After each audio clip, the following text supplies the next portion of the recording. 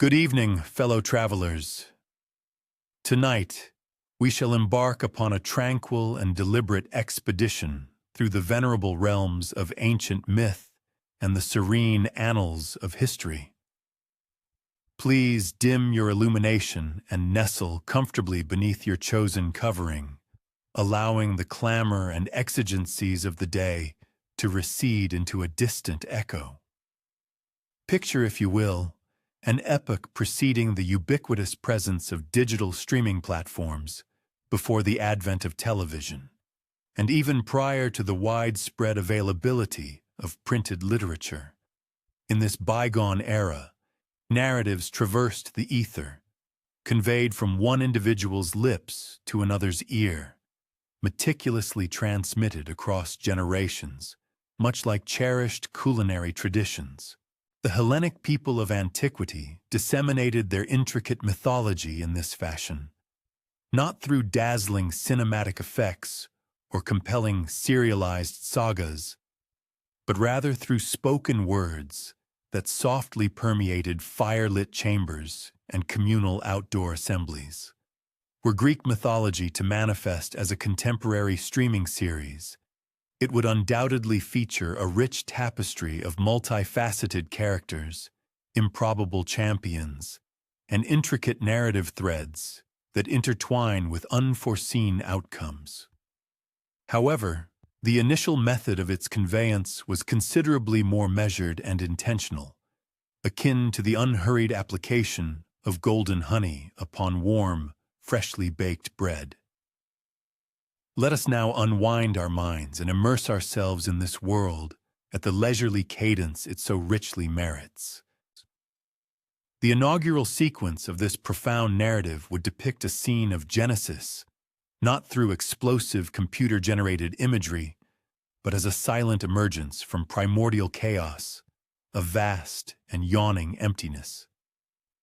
It was neither aqueous expanse, nor terrestrial mass, nor atmospheric domain, merely pure, unactualized potential. From this serene nullity arose Gaia, the personification of Earth, who gracefully extended her corporeal form to sculpt the majestic mountains and verdant valleys that one might encounter during a peaceful afternoon ramble. She was not merely composed of geological formations and fertile topsoil within the mythological framework. Rather, she embodied the very essence of rock and soil, a patient and enduring presence. As you recline more deeply into your comfortable repose, envision Gaia giving birth to Uranus, the celestial firmament, who would subsequently become her consort. Together, they engendered the Titans, beings who traversed the nascent world not with the frantic urgency characteristic of denizens of our modern metropolises, but with the measured, unhurried gait of entities for whom eternity stretches boundlessly before them. The Titans did not consult timepieces or harbor anxieties about punctuality. They experienced each fleeting instant with profound fullness, their ponderous footsteps deliberate and measured as they walked upon the youthful planet. Among these colossal titans resided Kronos, destined to eventually depose his father, Uranus. This overthrow was not orchestrated through spectacular martial confrontations worthy of a season's climactic episode, but rather through a protracted, gradual stratagem executed with the unwavering patience of an artisan meticulously knitting a garment, stitch by careful stitch. Kronos bided his time, awaiting the opportune moment. Such patient waiting was a concept the ancient Greeks comprehended intimately. In a world devoid of instantaneous digital communication or rapid transit, the act of waiting was simply an intrinsic element of life's fundamental structure. And then came Kronos' progeny, the revered deities of Olympus. Zeus and his divine siblings did not dramatically erupt onto the cosmic stage accompanied by thunderous musical fanfares.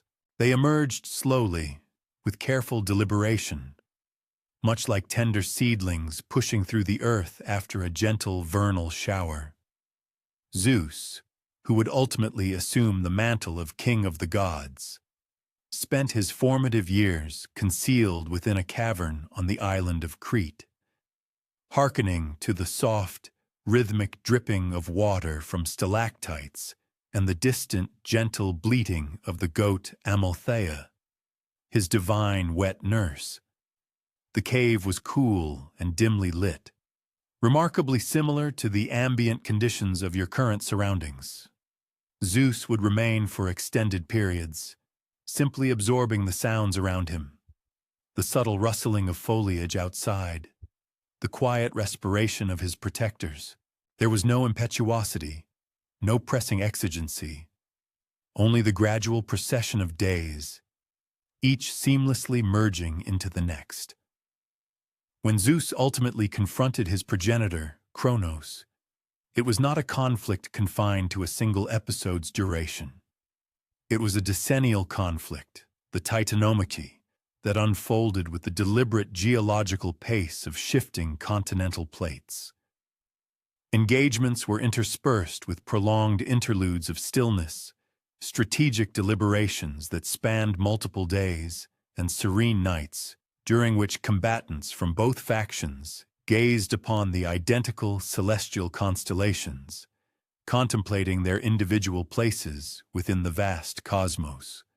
Following Zeus's triumphant ascendancy, he and his siblings apportioned the world among themselves.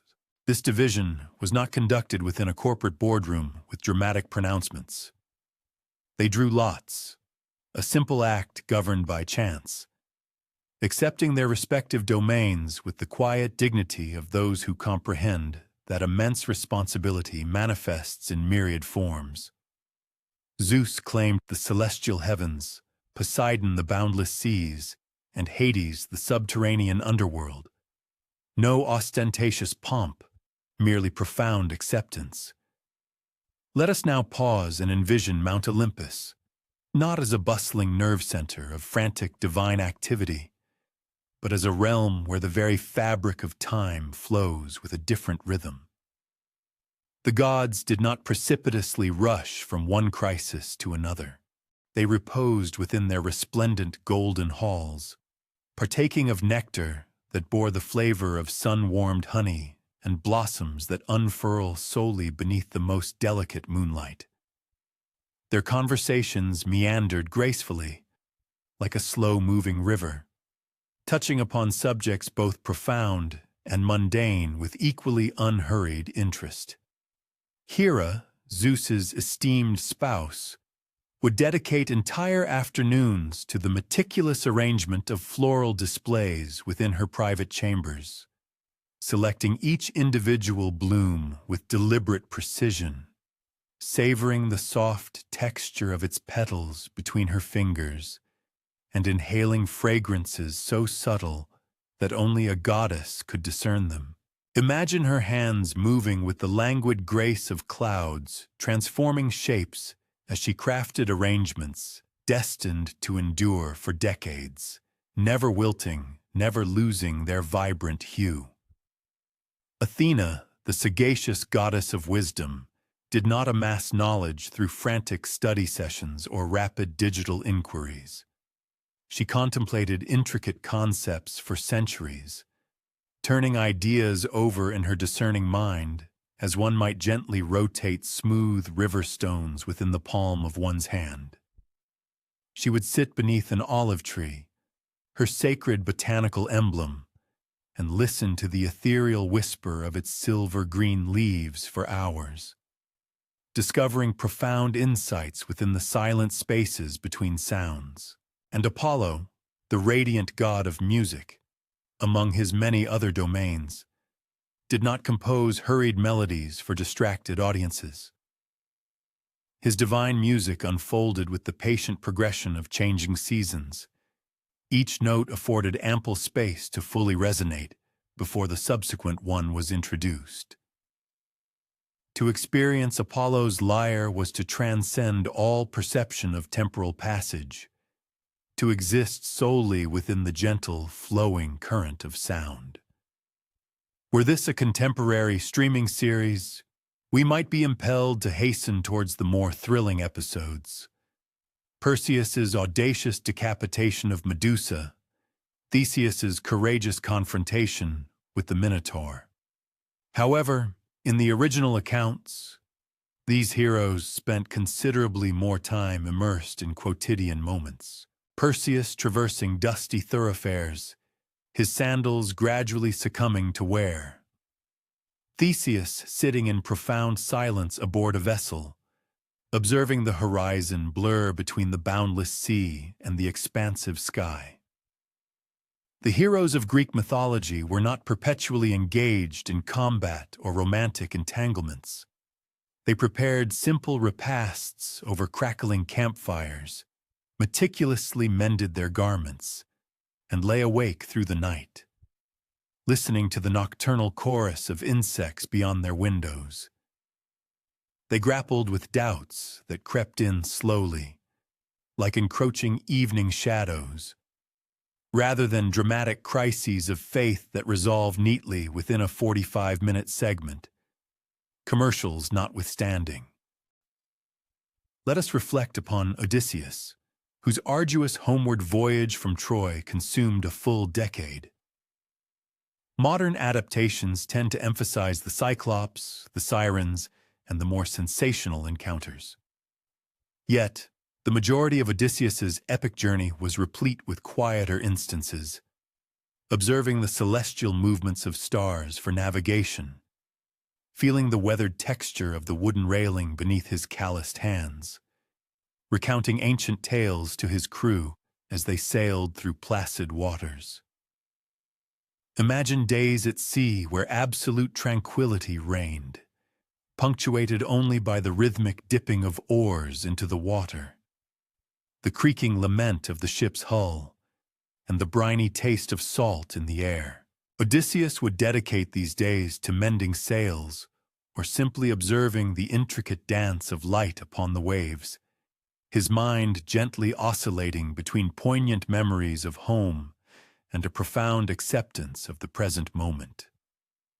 When the gods chose to intervene in human affairs, their actions were frequently subtle, not typically manifested through dramatic thunderbolts or booming celestial pronouncements.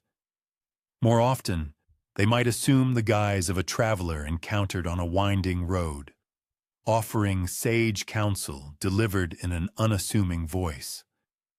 Or they might influence events through serendipitous coincidences, a dropped coin that prompts a hero to turn down an unexpected byway, a chance encounter that irrevocably alters the trajectory of a life. The ancient Greeks understood that the vast majority of existence unfolds within these gentle, unremarkable moments. Their myths faithfully reflected this profound truth. The spectacular occurrences were rare, isolated islands emerging from a boundless ocean of ordinary days, of routine actions performed with meticulous care and unwavering attention. As you continue to relax, perhaps drifting toward the serene threshold of slumber, ponder how the Hellenic people perceived time itself, not as a resource to be managed or maximized, but as a majestic river flowing at its own inherent pace. They embraced its current, neither struggling against its force nor attempting to impede its flow for future utility. They simply existed within its embrace, attending to the myriad small details that collectively constitute a life lived with purpose and appreciation. What would our contemporary world resemble if we approached it with this unhurried Greek sensibility? If we devoted time to noticing the subtle interplay of light and shadow across our kitchen tables, or the nuanced expressions that flicker across a loved one's countenance during an everyday dialogue, what profound insights might we uncover in the interstitial spaces between our meticulously scheduled activities? Perhaps there lies profound wisdom in this more deliberate approach to narrative. This willingness to linger in moments that do not necessarily advance the central plot, but rather deepen our understanding of the world and our intrinsic place within it. As you rest here, listening, perhaps you are experiencing a fleeting glimpse of that ancient Greek approach to time, present, attentive, and utterly unhurried. In our forthcoming shared journey, we shall encounter an individual who profoundly understood the virtues of patience and meticulous attention to intricate detail. A master craftsman whose skilled hands fashioned wonders, yet whose most significant accomplishment may well have been the quiet moments dedicated to mentoring his son.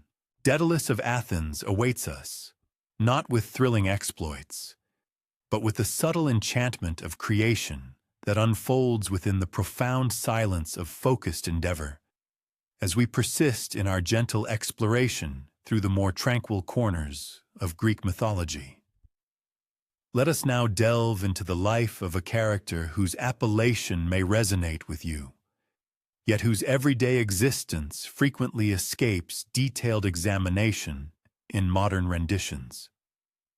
Daedalus of Athens, primarily etched into memory for his monumental setbacks and triumphs, the intricate labyrinth, the ephemeral wings of wax and feathers, spent the preponderance of his days as a weary artisan, striving to navigate the relentless demands of each 24-hour cycle.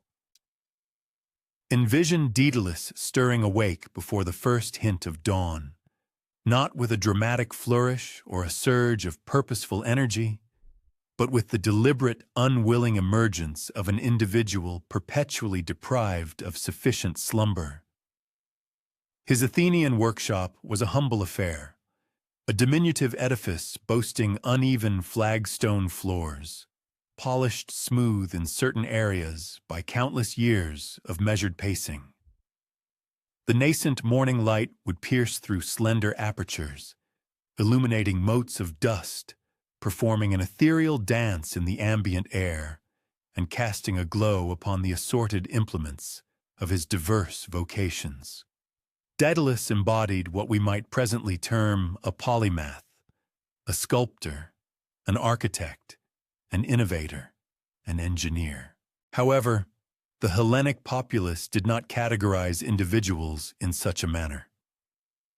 To them, he was simply a master craftsman, a creator of objects both aesthetically pleasing and profoundly utilitarian.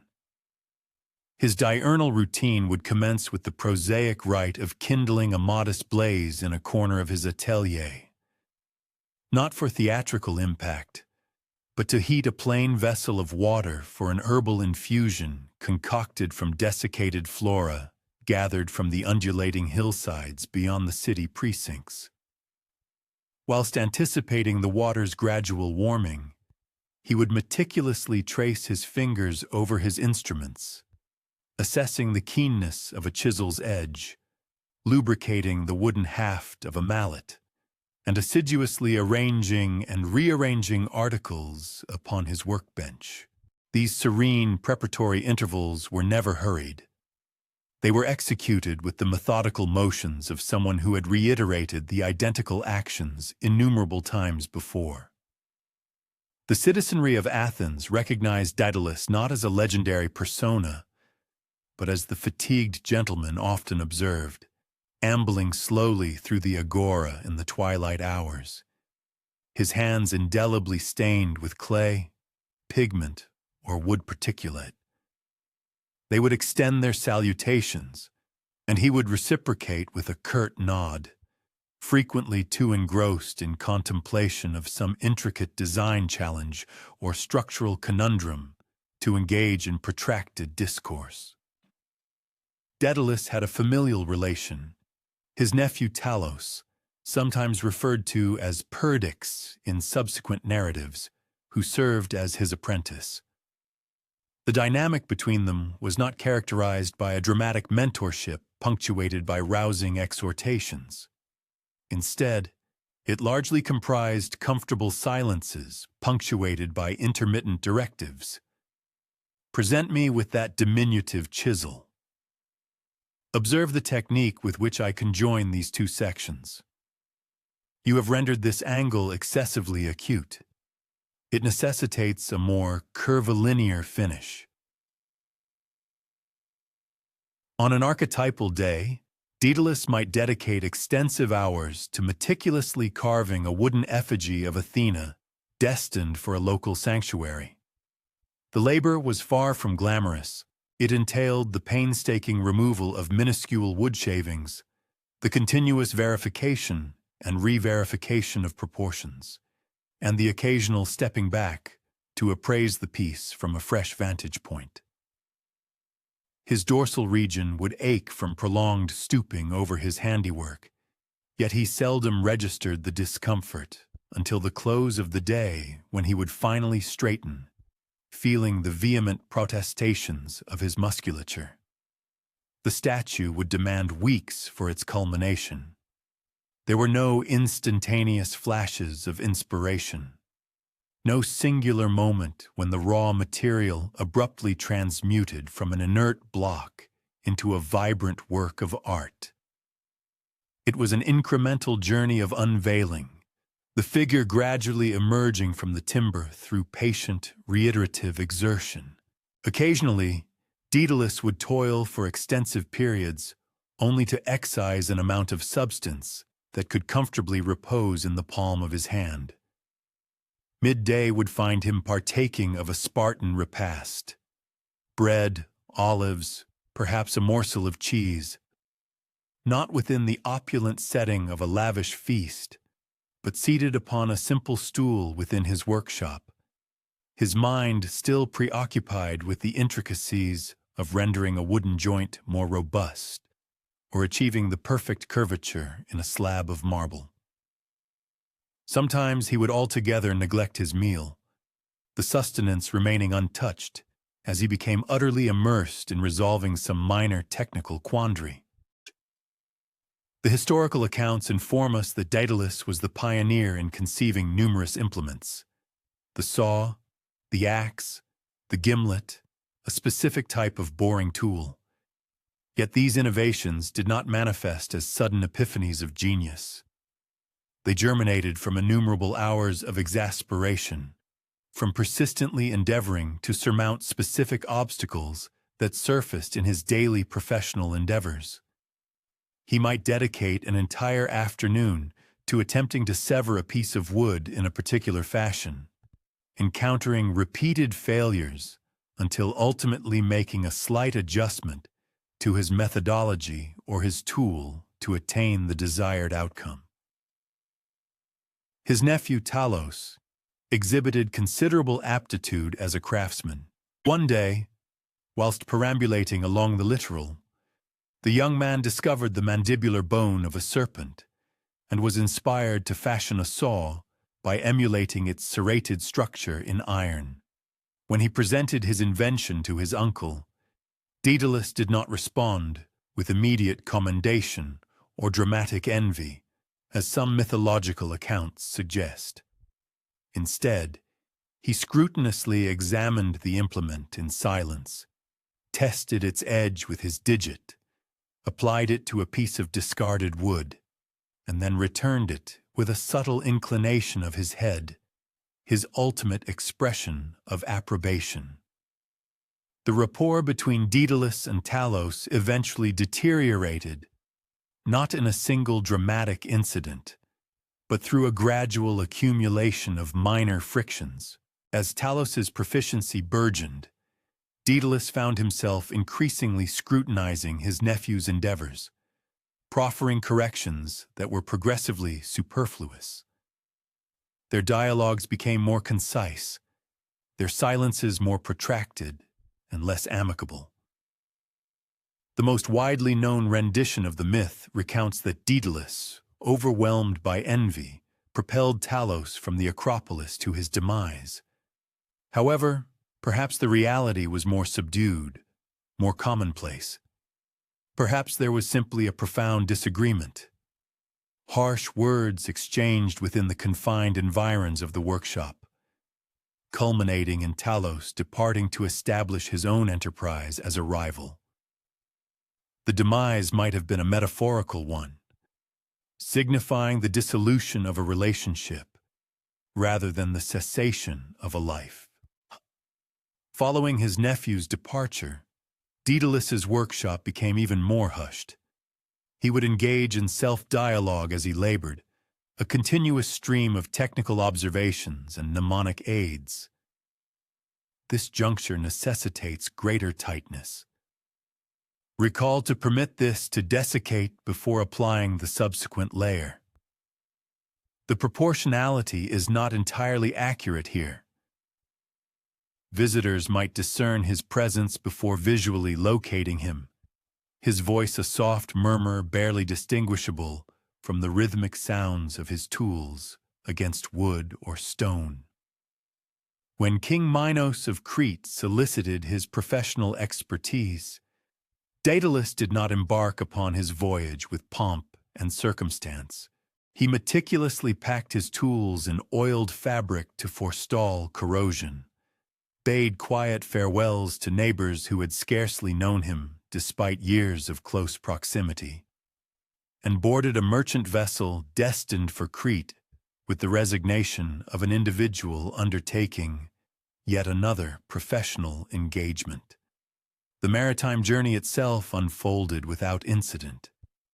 Daedalus spent the majority of it seated upon the deck, observing the mutable hues of the ocean or below, attempting to procure sleep despite the perpetual motion of the ship. He may have sculpted miniature wooden effigies to occupy his time, not grand masterpieces, but rudimentary forms to keep his hands engaged and his intellect placid. Upon his arrival in Crete, he discovered King Minos to be an exacting patron, the archetype who possesses limited knowledge regarding craftsmanship, yet harbors very specific preconceptions about his desired outcomes. The commission for the labyrinth materialized after Daedalus had already brought to fruition several lesser undertakings for the palatial complex. Ingenious mechanical playthings for the monarch's offspring, enhancements to the palace's sophisticated water system, and ornamental elements for ceremonial chambers. The labyrinth itself, that architectural marvel of antiquity, was not constructed in a sudden surge of creative brilliance, but through months of meticulous strategizing. Daedalus would dedicate entire days to performing calculations on waxed tablets, erasing and re-executing them when the numerical results proved incongruous. He generated countless preliminary sketches and diminutive models, evaluating disparate configurations of pathways and cul-de-sacs. The actual construction spanned years, with Daedalus overseeing teams of laborers who meticulously positioned stone upon stone in strict adherence to his blueprints. He was not an autocratic overseer, but a fatigued superintendent who frequently had to elucidate the identical concept multiple times, who occasionally had to rectify work that had been improperly executed, and who concluded each day encrusted with stone dust and too utterly enervated to do more than perform a cursory ablution before succumbing to a dreamless slumber. During this epoch, Daedalus's progeny, Icarus, was transitioning from childhood into young adulthood. Their relationship was not characterized by incessant pedagogical moments or profound philosophical dialogues. Most days, they simply coexisted within the same environments. Daedalus, too, deeply engrossed in his labors to impart much in the way of paternal sagacity. Icarus amusing himself by observing the workmen or engaging with the mechanical contrivances his father had fashioned for the royal children. As you repose and attend to this narrative, visualize the labyrinth gradually materializing, not in an instantaneous burst, but stone by patient stone, Imagine the quiet contentment Daedalus might have experienced, not upon its ultimate completion, but during those infrequent instances when a particularly formidable section coalesced precisely as he had envisioned it. These modest triumphs, rather than grandiose accomplishments, constituted the authentic recompense of his vocation. When the labyrinth was finally brought to fruition, there was no ceremonial event, no official inauguration. Minos merely arrived to inspect it, signified his approval with a nod, and commenced formulating plans for its utilization. Plans that would eventually precipitate Daedalus's incarceration when he aided Theseus in navigating the intricate maze to vanquish the Minotaur. The celebrated escape utilizing wax wings transpired after years of silent confinement, during which Daedalus reverted to the unembellished work of his hands, carving, constructing, creating small, aesthetically pleasing objects, not because they would procure his liberation, but because the act of creation was his inherent métier. The wings themselves were meticulously fabricated over many weeks. Feathers were collected one or two at a time so as not to provoke suspicion, and wax was liquefied in small quantities over flickering candles during the nocturnal hours. All batches over candles at night. When contemplating the legendary figure of Daedalus, a profound sense of reassurance emerges from envisioning him as an exhausted artisan rather than an extraordinary innovator or a grieving parent. His compelling narrative serves as a potent reminder that the vast majority of human accomplishments, even those so remarkable they transcend into myth, are forged through diligent, often laborious effort, rather than sudden, dramatic flashes of brilliance. The very texture of his hands, hardened and discolored by countless decades of ceaseless toil, imparts a more profound understanding of human ingenuity than any fantastical tale ever could. It is the unyielding patience with which he confronted challenges, his systematic approach to his craft, and the gradual accumulation of expertise over a lifetime that truly constitute the bedrock of creation. A truth as resonant in the bustling streets of ancient Athens as it remains in our contemporary world. As one's thoughts gently meander through this tranquil recounting, perhaps a connection is drawn to the dedicated craftspeople encountered in one's own existence, or to the quiet, persistent endeavors that underpin so much of what humanity cherishes. In the ensuing narrative, our exploration will delve into another frequently overlooked facet of ancient Greek society: the transformative impact of a humble arboreal entity that irrevocably altered the destiny of an entire polis, not through any miraculous intervention, but through its consistent, gradual provision of sustenance, vital oils, and welcome shade.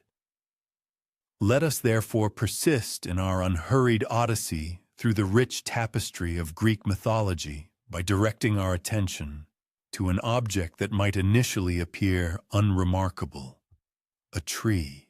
Yet, this is no ordinary tree. It is the venerable olive tree, whose unobtrusive presence molded the very fabric of Athens in ways far more profound than the tumultuous conflicts or intricate political machinations that so frequently dominate historical accounts. The celebrated myth is likely familiar. In Athens' nascent era, the Olympian deities Athena and Poseidon vied for the city's patronage. Poseidon, with a forceful strike of his formidable trident, brought forth a saline spring upon the sacred Acropolis. Athena, in contrast, with a delicate touch upon the earth, caused the inaugural olive tree to spring forth from that very spot. The citizenry, recognizing the superior utility of Athena's offering, selected her gift, and the city subsequently adopted her illustrious name. However, what the myth often omits, a detail for which myths, by their very nature, rarely allocate space, is the protracted, gentle manner in which this remarkable tree incrementally revolutionized the city's fortunes over many centuries. Not through divine intervention, but through the steadfast provision of its invaluable bounty, its delectable fruit, its versatile oil, its durable wood, and its comforting shade.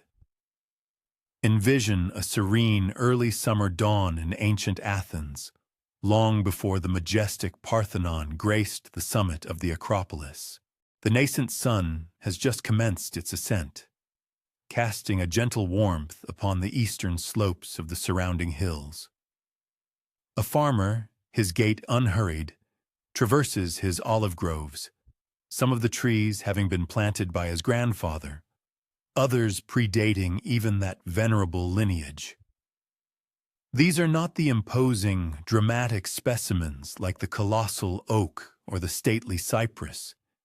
Instead, they stand at a modest stature, their robust trunks frequently gnarled and contorted by the passage of time, their leaves a delicate silver green that shimmers and shifts with every soft zephyr.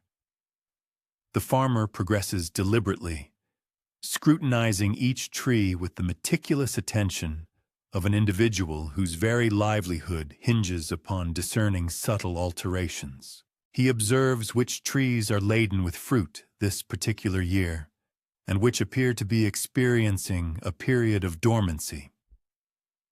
He vigilantly checks for any indications of disease or damage sustained during the harsh winter storms.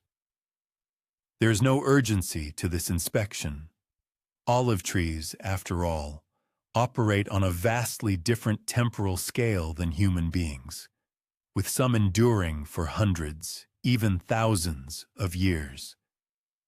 Nearby, his wife and daughter are diligently gathering fallen branches to fuel their cooking fire. Olive wood combusts slowly, emitting minimal smoke and a most agreeable aroma. It represents one of the myriad modest blessings bestowed by the tree, frequently overlooked in more grandiose narratives. As they work, their voices intermingle in hushed conversation about mundane affairs. A neighbor's recent childbirth, preparations for the impending festival, a bread recipe requiring further refinement. Their gentle murmurs merge harmoniously with the soft rustling of leaves and the distant calls of various avian species. Within the city proper, the pervasive influence of the olive is equally widespread, yet similarly unobtrusive. In a humble dwelling situated near the bustling agora, a woman awakens before her family to commence the day's preparations. She ignites a diminutive clay lamp, fueled by precious olive oil. The flame, though tiny, casts just sufficient illumination for her to navigate the room without disturbing the slumbering household. This deceptively simple ritual, transforming darkness into light, is enacted in countless Athenian homes each morning and evening, an everyday marvel rendered possible by the unassuming olive. Later, she will judiciously employ olive oil for culinary purposes, for the soothing treatment of minor abrasions, and for moisturizing skin parched by the relentless sun and wind. She will meticulously cleanse the family's woolen garments by treating stubborn stains with a concoction of olive oil blended with fuller's earth. These are not the actions that find their way into epic poetry or onto exquisitely painted pottery, yet they form the tranquil backdrop against which every other facet of Athenian existence gracefully unfolds. In a workshop situated near the city's periphery, an elderly potter meticulously prepares to glaze his most recent creations. The clay vessels and amphorae, specifically designed for the secure storage of olive oil, stand in neat, expectant rows. He understands implicitly that these containers will journey far beyond the confines of Athens, bearing not merely oil, but the esteemed reputation of his city to distant maritime ports. Egyptian merchants hold Attic oil in high regard for its unparalleled quality. Traders from the Black Sea eagerly exchange their grain for the coveted golden liquid. Without the necessity of dramatic pronouncements or aggressive military campaigns, the unassuming olive establishes Athens as a vital hub within a vast, interconnected network of commerce. The potter labors with methodical precision. His movements, though slowed by the inevitable advance of age, remain remarkably accurate, honed by decades of dedicated practice. As he meticulously applies the glaze, he softly hums a melody imparted to him by his grandfather, a working song celebrating the olive harvest, a tune far older than anyone can recall. The song lacks dramatic crescendos or intricate harmonies. It possesses only a gentle, repetitive melody that perfectly synchronizes with the rhythmic motions of hands plucking fruit or feet pressing oil. Elsewhere in the bustling city, within a physician's residence, a man endures a persistent and irritating cough. The physician, not a mythological miracle worker, but a pragmatic healer possessing knowledge meticulously transmitted through generations, carefully prepares a remedial concoction of olive oil infused with various therapeutic herbs. He elucidates to his patient that the oil will effectively soothe the irritation in the throat and serve as a potent carrier for the healing properties inherent in the herbs. This invaluable knowledge is neither dramatic nor magical. It represents the quiet, incremental accumulation of observations diligently recorded by innumerable healers over many centuries. As midday approaches and the sun's intensity steadily increases, people instinctively seek respite in the welcome shade provided by olive trees strategically planted throughout the city. Unlike the meticulously cultivated gardens of later historical periods, these trees fulfill eminently practical functions, offering shade, yielding fruit, and serving as natural boundary markers between properties.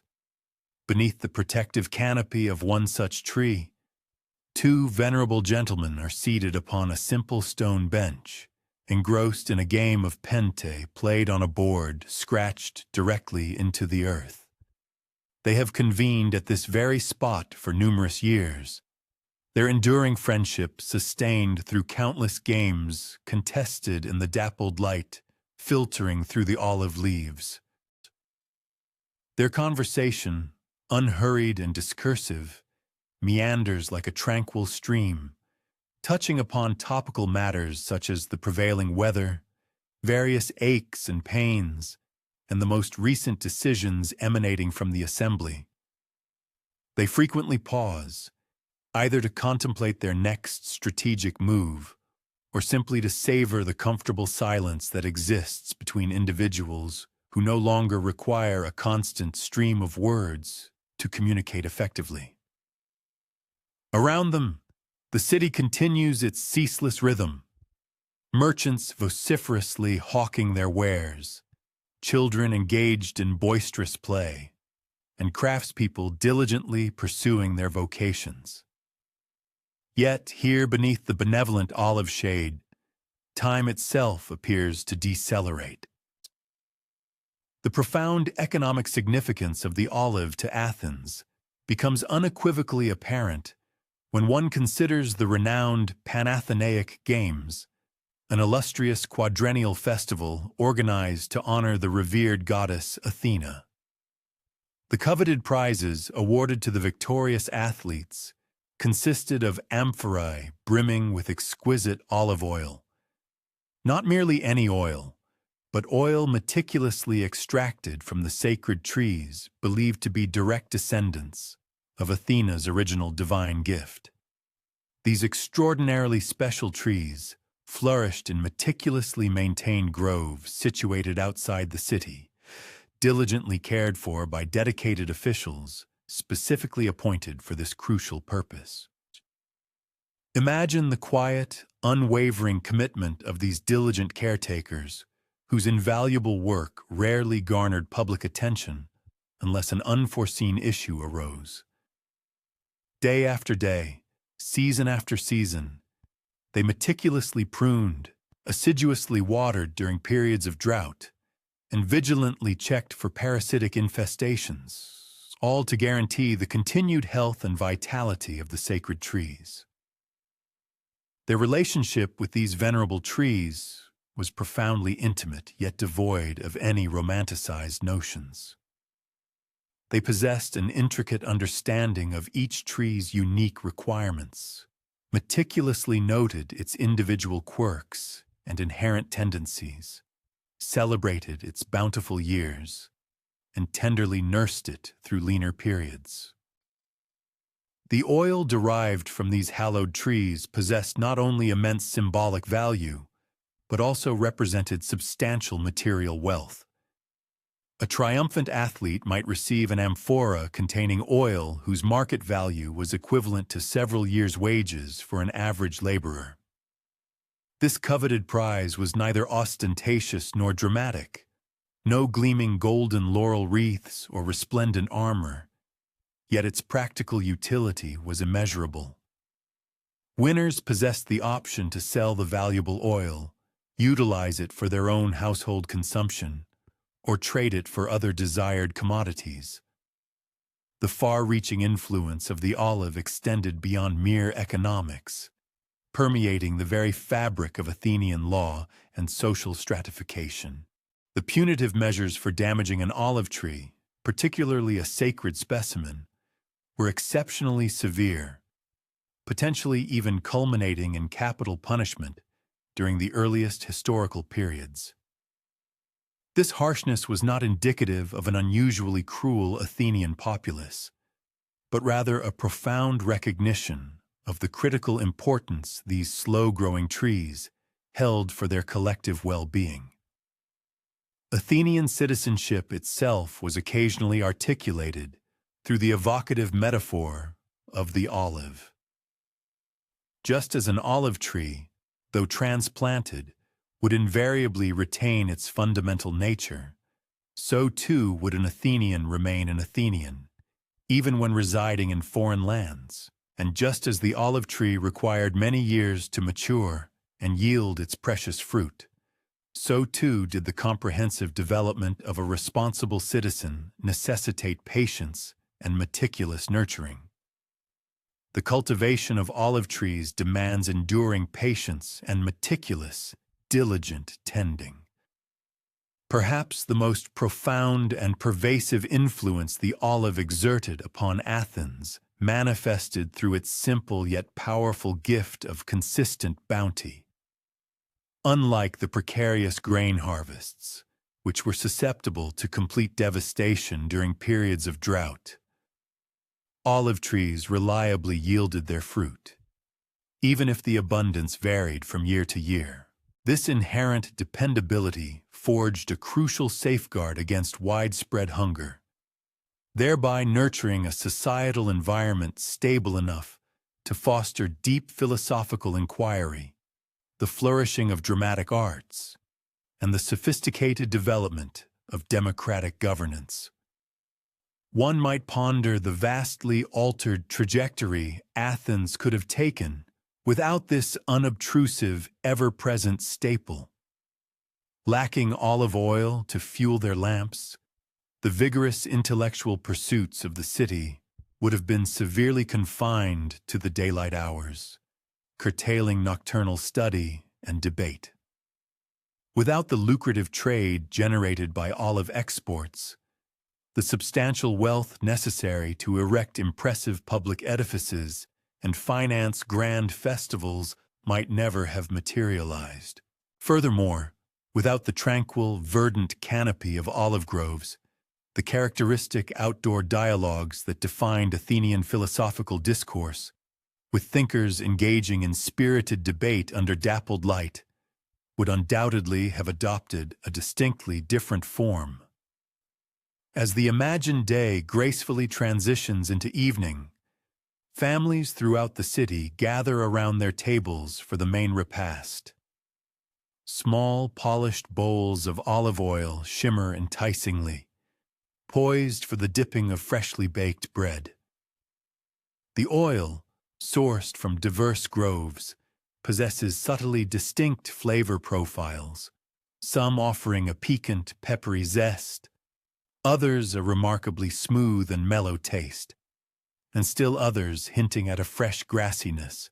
These nuanced distinctions, deeply cherished by Athenians in their daily lives, are, remarkably, seldom acknowledged within the sweeping narratives of history.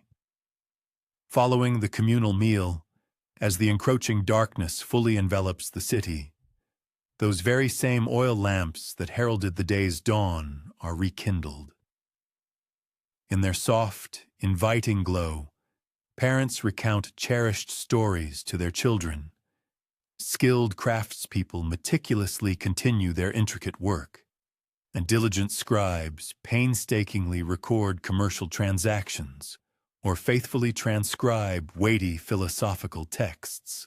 The iconic dramas we revere from ancient Athens, the masterful plays penned by Sophocles, Euripides, and Aristophanes, were not only conceived, but also frequently read aloud and studied under the modest, flickering radiance of these ubiquitous lamps. Thus, the day concludes precisely as it commenced, with the olive's unassuming yet indispensable offerings quietly enabling the vibrant tapestry of urban life. There are no dramatic thunderbolts or fearsome sea monsters, no epic heroic quests or devastating tragic downfalls. Merely the steadfast, unwavering presence of a tree that generously bestows its fruit, its oil, its timber, and its shade, demanding remarkably little in return. As one prepares to rest and perhaps gently succumb to sleep, it is worth reflecting on the profound frequency with which history's most celebrated achievements are built upon such seemingly humble foundations. The pivotal, dramatic junctures we vividly recall, the thunderous battles, the stirring political orations, the breathtaking artistic masterpieces, were all made possible by an innumerable array of quiet, unassuming acts of cultivation and dedicated care, faithfully reiterated day after day, across countless generations. In our forthcoming narrative, we shall delve into another frequently overlooked facet of ancient Greek existence: the remarkable women of Delphi. Their sagacious, softly spoken counsel profoundly influenced the weighty decisions of both formidable kings and ordinary citizens, not through any mystical or supernatural powers, but rather through their astute observation and profound comprehension of human nature. The serene olive groves we have just metaphorically traversed now give way to an entirely different topography, a demanding mountain path that winds relentlessly upward towards Delphi, the revered sanctuary of Apollo, and the hallowed abode of the most celebrated oracle in the ancient world. Yet this evening, our focus will not rest upon the dramatic prophecies themselves or the magnificent temple with its resplendent statue of Apollo. Instead, our attention will shift to the women whose quiet, diligent efforts rendered the oracle's function possible, encompassing not only the Pythia herself, but also the myriad other women whose contributions history has regrettably consigned to oblivion. Picture a crisp, invigorating spring morning unfolding at Delphi. The sun has not yet ascended above the majestic peaks of Mount Parnassus, and the entire sacred precinct remains bathed in the ethereal hues of deep blue shadow. Most of the visitors, having journeyed from afar, are still peacefully slumbering within the comfortable guest houses nestled in the town below. However, the women who serve the temple have been awake for many hours, their day having begun long before dawn. They move with quiet reverence through the hallowed grounds, preparing for the day's duties with the unhurried, practiced efficiency characteristic of those who have performed these identical tasks countless times over the years. Among these dedicated women is Cleopia, an elder figure who has resided at Delphi for over 3 decades. She initially commenced her service as a youthful attendant, and now holds the distinguished position of overseeing all domestic aspects of the sanctuary. While she is not the Pythia, the renowned priestess who articulates Apollo's divine oracles, her role is undeniably equally essential. This morning, just like every preceding morning, she meticulously verifies that fresh, pristine water has been transported from the sacred Castalian spring for the myriad purification rituals, that the temple floors have been impeccably swept and tidied, and that the eternal flame within Apollo's innermost sanctuary continues to burn with an unwavering, steady luminescence. Cleopia's hands, bearing the indelible marks of decades of tireless work, tell a story not of the dramatic exploits of legendary heroes, but of the ceaseless, repetitive tasks that painstakingly uphold the sanctity of these sacred spaces. Her fingers, slightly gnarled and bent with the initial onset of arthritis, delicately adjust the intricate folds of a ceremonial cloth, gently smooth a minor wrinkle from an altar covering, or precisely pinch the wick of an oil lamp to ensure it burns with optimal brightness. Each movement is performed with deliberate grace, imbued with a quiet, focused attention that in itself constitutes a profound form of devotion and worship. Nearby, a younger woman named Theodora diligently grinds barley, preparing the finely milled flour for the sacrificial cakes destined to be offered to Apollo. The small hand mill emits a soft, rhythmic cadence, the gentle rasp of stone against stone, as the raw grain gradually undergoes its transformation into powdery flour. She executes this process without any trace of haste or urgency. The intrinsic quality of the offering holds paramount importance, and any undue speed would be perceived as disrespectful, both to the precious grain itself and to the revered deity who will ultimately receive it. As she labors, she hums a soft, melodic tune, not a formal, ritualistic hymn, but a simple working song, a comforting melody passed down to her years ago by the woman who first instructed her in this ancient task. These women, despite their cloistered existence within the sanctuary, are far from isolated from the wider world.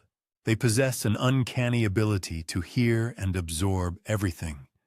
The intimate confidences whispered by anxious visitors seeking divine guidance, the weighty political discussions unfolding among delegates dispatched from various city-states, and the latest news exchanged by merchants arriving from distant, bustling ports.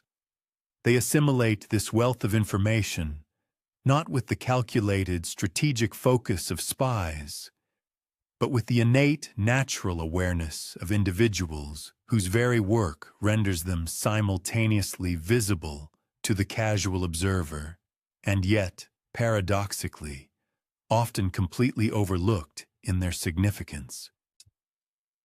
When powerful kings and esteemed generals arrive to consult the hallowed oracle, their gaze typically falls upon the prominent priestess, the stately male priests, and the awe-inspiring architecture of the temple.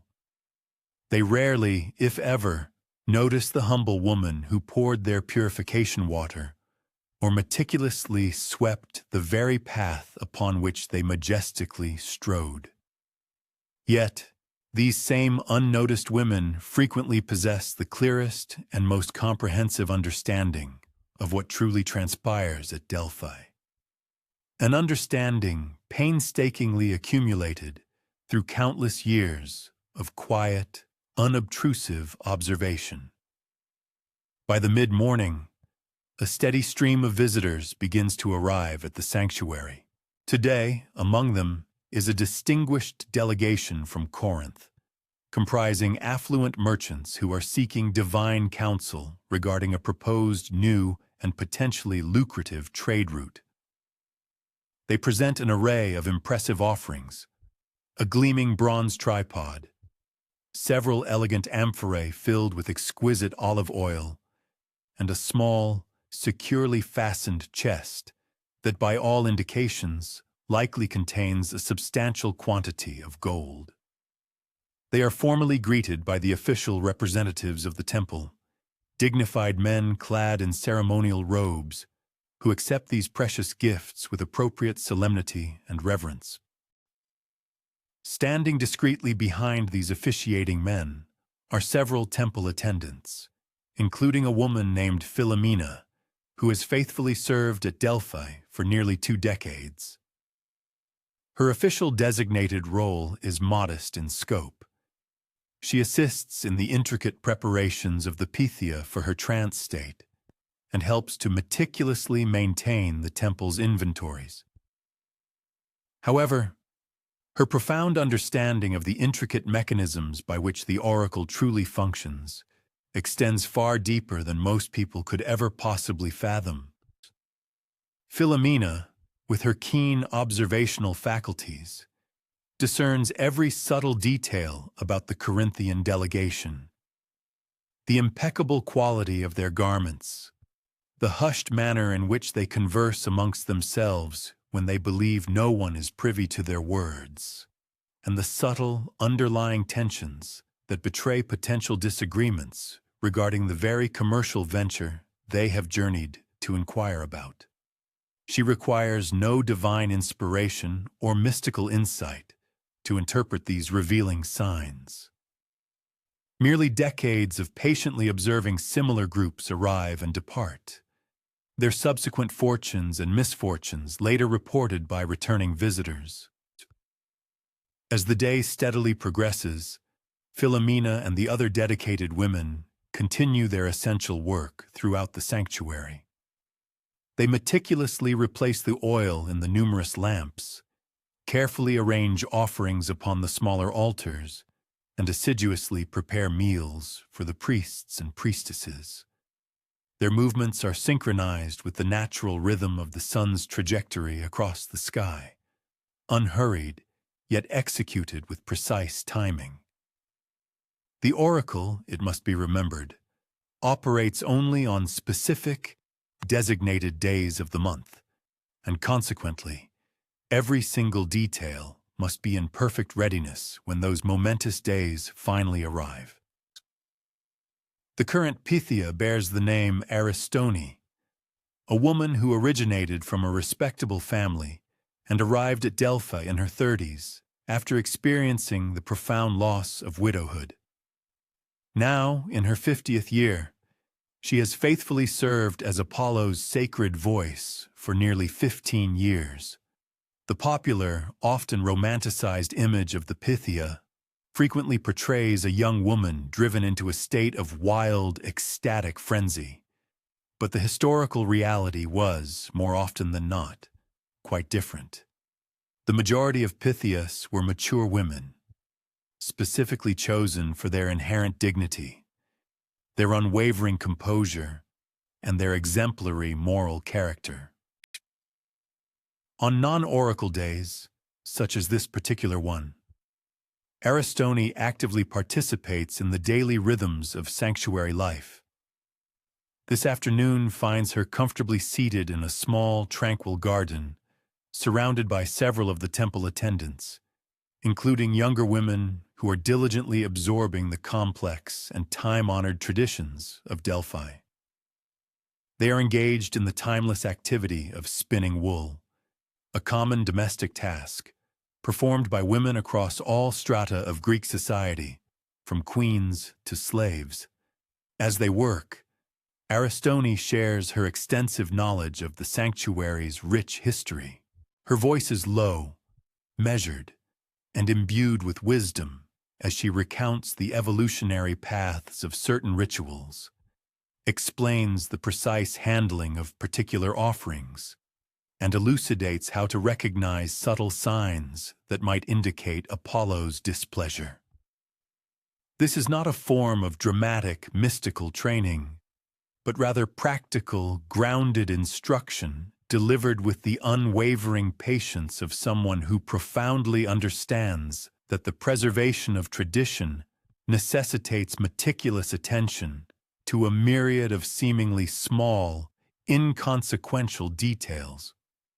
Among her attentive listeners is a girl of perhaps 14 years named Timandra, who came to Delphi as an orphan and has since been raised entirely within the devoted service of the sanctuary. She listens with exceptional intensity, occasionally posing insightful questions that betray an unusually sharp and perceptive mind. The older women exchange knowing glances, a silent acknowledgement of their shared observation. They have been quietly watching Timandra for some time, noting her meticulous attention to ritualistic detail and her intuitive comprehension of visitors' unspoken needs. She might, they muse, possess the intrinsic temperament and profound spiritual aptitude required to someday serve the god directly as his voice. As dusk began to settle, the sacred precinct of Delphi underwent a subtle yet profound transformation. The throngs of daily visitors, having concluded their pilgrimages and sought their counsel, commenced their descent back to the bustling town nestled in the valley below. This exodus left behind a more serene and contemplative atmosphere, allowing the dedicated women and men who resided within the sanctuary to attend to their personal affairs and the ongoing maintenance of the hallowed grounds. Within a modest edifice situated conveniently close to the temple's bustling kitchen, several of the more seasoned attendants convened. They partook of a simple, nourishing repast, while engaging in a purposeful exchange of their day's observations. Far from being idle chatter or trivial gossip, their discourse constituted a meticulous and insightful sharing of intelligence, designed to enhance their collective service to the sanctuary. Their deliberations encompassed a keen assessment of which supplicants demonstrated genuine piety and reverence, and which merely performed the ritualistic motions. They discussed which votive offerings might require particular care or preservation, and critically, which emergent political tensions or diplomatic undercurrents could potentially influence the pronouncements of the oracle in forthcoming consultations. Cleopia, a venerable attendant known for her sharp perception, interjected with an observation regarding the leader of the Corinthian delegation. She noted his palpable unease, evidenced by his continuous fidgeting with his attire and a tendency to speak with an uncharacteristically loud volume. He posed numerous inquiries concerning previous prophecies related to mercantile endeavors, she recounted, deftly breaking a piece of bread from the communal loaf. I presented him with the requested inscribed records, yet he appeared distinctly disheartened by their inherent ambiguity and lack of definitive statements. Philomena, another experienced attendant, affirmed Cleopia's assessment with a knowing nod.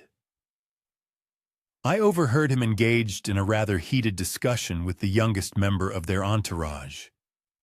It seems they have already committed a substantial allocation of resources to this particular venture.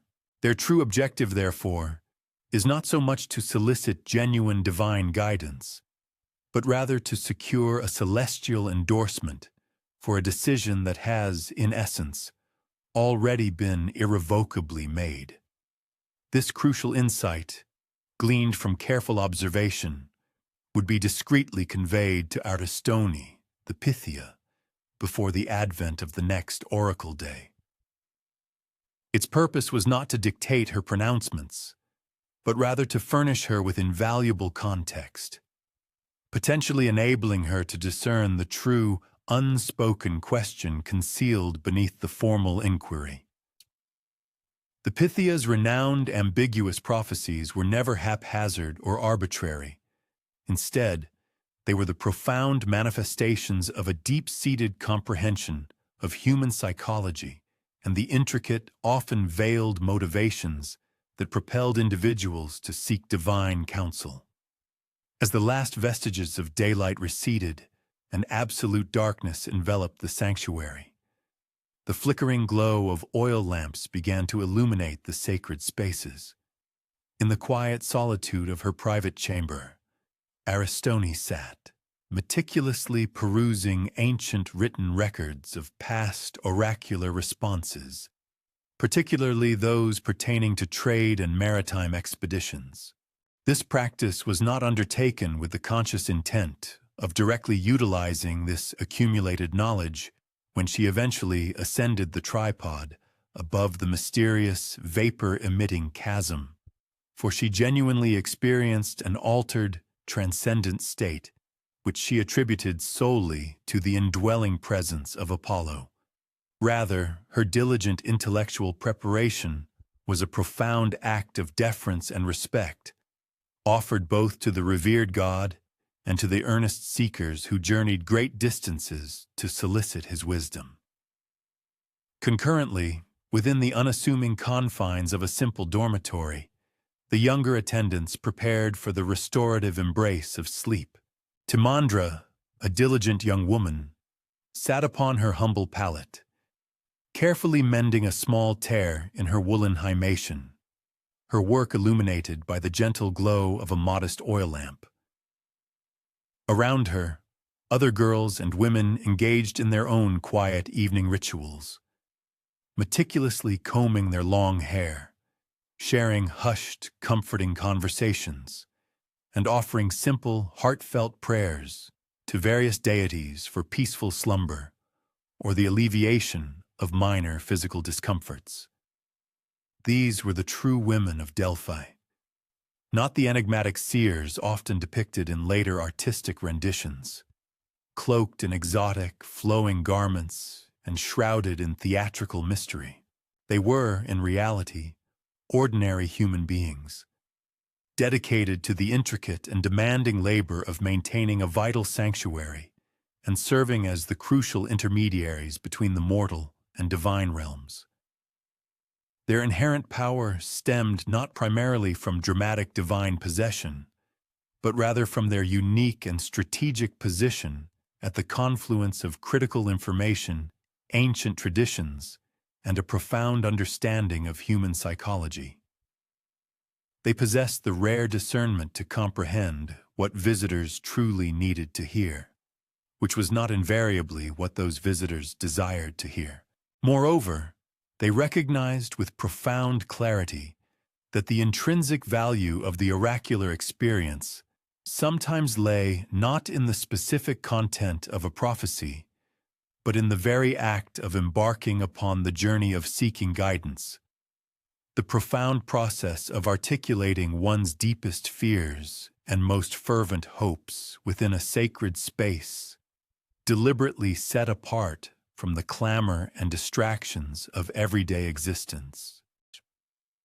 As one pauses to reflect upon this gentle narrative, one might find oneself drawn to contemplate the enduring wisdom embodied by these often overlooked women, their unwavering and patient attention to the minutest details, their profound and empathetic understanding of the intricacies of human nature, and their insightful recognition that genuine clarity and insight frequently emerge not from sudden, dramatic revelations, but from diligent observation and the thoughtful interpretation of subtle patterns, visible only to those who dedicate the time and effort to truly perceive. In the subsequent chapter of our exploration, our focus will shift to another frequently neglected group, the dedicated servants whose tireless efforts maintained the daily rhythms of life on Mount Olympus.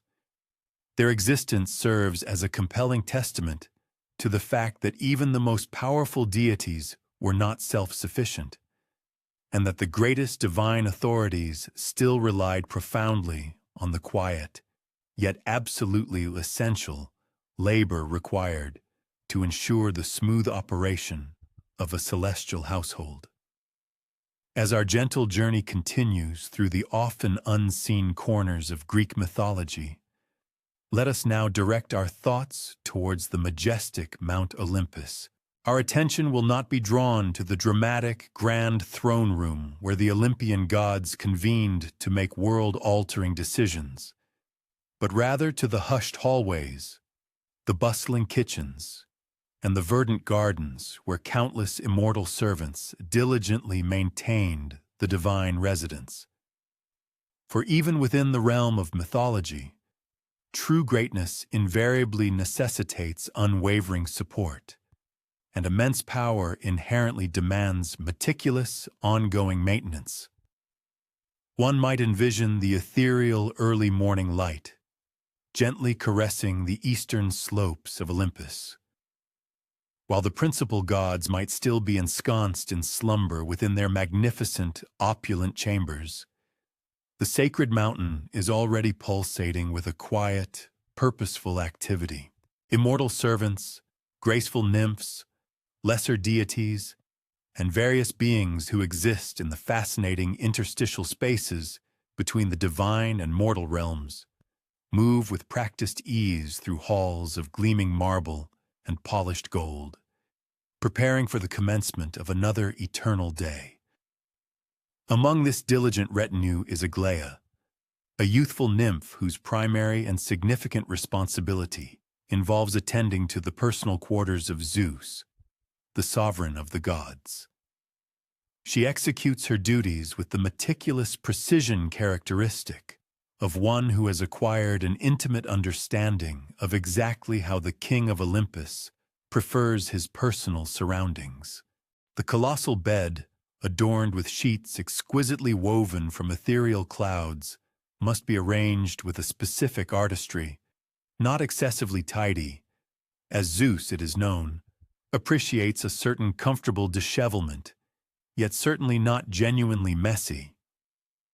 Her hands move with practiced grace, smoothing imperceptible wrinkles from plump pillows, adjusting the heavy curtains to admit precisely the desired amount of ambient light, and carefully dusting the vast collection of gifts and tributes that Zeus has amassed over countless centuries. Each individual item holds a unique narrative, a story that Aglaia knows intimately by heart. Although Zeus himself may have long since forgotten the precise origins of many of these artifacts, she treats even the smallest object with a profound sense of reverence, not born of fear, but from a deep understanding that immortality inherently entails an endless accumulation of meaningful and storied possessions. Elsewhere on the sprawling mountain, within the immense kitchens, vast enough to orchestrate magnificent feasts for the entire pantheon of gods, an ancient and venerable deity named Euphrosyne presides over the intricate preparation of ambrosia and nectar. While frequently described merely as the sustenance of the gods, ambrosia is, in truth, not a singular dish, but a complex and diverse cuisine, featuring countless variations meticulously crafted to suit the distinct palates of different divine beings. Euphrosyne herself has been crafting these sublime divine meals since an era preceding the birth of many of the current Olympians. Her movements are unhurried, yet flawlessly efficient, each gesture refined and perfected by millennia of continuous practice. Under her sagacious direction, dozens of lesser immortals diligently perform a myriad of tasks, meticulously gathering rare and exquisite ingredients from every corner of the world, painstakingly preparing various culinary elements that may require decades of aging before their ultimate incorporation, and assiduously managing the eternal flames that, under no circumstances, must ever be permitted to extinguish. The vast kitchen operates in a state of comfortable, almost reverent silence, punctuated only by occasional soft instructions or murmured questions, which gently punctuate the quiet, rhythmic cadence of their collective labor. These immortals have been executing the same tasks together for countless centuries. Consequently, they anticipate one another's needs with the effortless grace and synchronization of dancers who have long since committed their intricate choreography to memory. Euphrosyne, with a discerning palate honed over eons, tastes a sauce that has been meticulously reducing for the equivalent of several human lifetimes. She considers its nuanced flavors thoughtfully, then, with a delicate touch, adds a solitary drop of potent nectar from a tiny vial suspended at her waist. The subtlety of this infinitesimal adjustment would be utterly imperceptible to mortal senses, yet it is precisely this minute refinement that delineates the boundary between mere excellence and absolute divine perfection. Beyond the majestic palace proper, nestled within the renowned and sprawling gardens of Olympus, a satyr named Philoxenus meticulously tends to a collection of botanical wonders that exist nowhere else in the entirety of creation. Some of these extraordinary plants unfurl blooms whose colors subtly shift and change in response to the emotions of those who gaze upon them. Others yield fruits that possess the remarkable ability to bestow specific, pleasant dreams upon anyone who places them beneath their pillow before slumber. A select few, carefully sequestered within a special enclosure protected by crystalline walls, are both dangerously potent and exquisitely beautiful, proving essential for certain divine remedies or profound transformations. Philoxenus, contrary to the typical wild and boisterous nature commonly associated with his kind, exhibits none of these characteristics. Centuries of devoted care for divine flora have transformed him into a methodical, exceptionally patient, and keenly attentive guardian. Hyper-aware of even the most minute alterations in soil composition and ambient light, he converses softly with the plants as he works, not from any actual belief that they comprehend his spoken words, but because after such an immeasurable duration in their silent company, prolonged quietude feels, to him, somehow impolite. His assistant for the day is a young water nymph named Clio, who has only recently been assigned to the gardens after serving several decades in the bath chambers. She observes with rapt attention as Philoxenus meticulously demonstrates the precise technique for pruning a particularly temperamental vine, the grapes of which are exclusively reserved for wines served at divine weddings. The critical cut, he explains, must be executed with absolute precision at the exact moment when the vine's internal light pulses with a distinct blue-green hue, a timing that demands both unwavering focus and immense patience. There is no need for haste, Philoxenus assures her, his voice as gentle and soothing as the soft breeze that whispers through the garden. This vine has been growing for 700 years. It can certainly afford to wait another few minutes for the perfect moment to be pruned. As the midday hour gradually approached, the overall tempo of activity throughout Olympus visibly accelerated. The principal gods would soon awaken from their repose, each with their idiosyncratic habits and specific requirements. Within the hallowed chambers of Athena, a small assembly of owls, which were not ordinary avian creatures, but rather minor immortals who had chosen to assume this particular form. Meticulously arranged scrolls and writing implements, according to the goddess's famously precise and intricate organizational system. They performed their duties with the scrupulous attention of dedicated librarians, ensuring that each sacred text and every writing tool was positioned exactly where Athena would anticipate finding it when she commenced her intellectual pursuits for the day. She begins her day's reading. In Aphrodite's opulent suite, a dedicated contingent of graces busies itself with preparations for the goddess's imminent awakening. With meticulous care, they arrange her array of cosmetics and exquisite jewelry, gently warm, fragrant oils destined for her luxurious bath, and thoughtfully select various attire options. Their choices are guided by an intimate understanding of her current inclinations and the specific activities she has planned for the day. Their demanding work transcends mere attention to physical objects.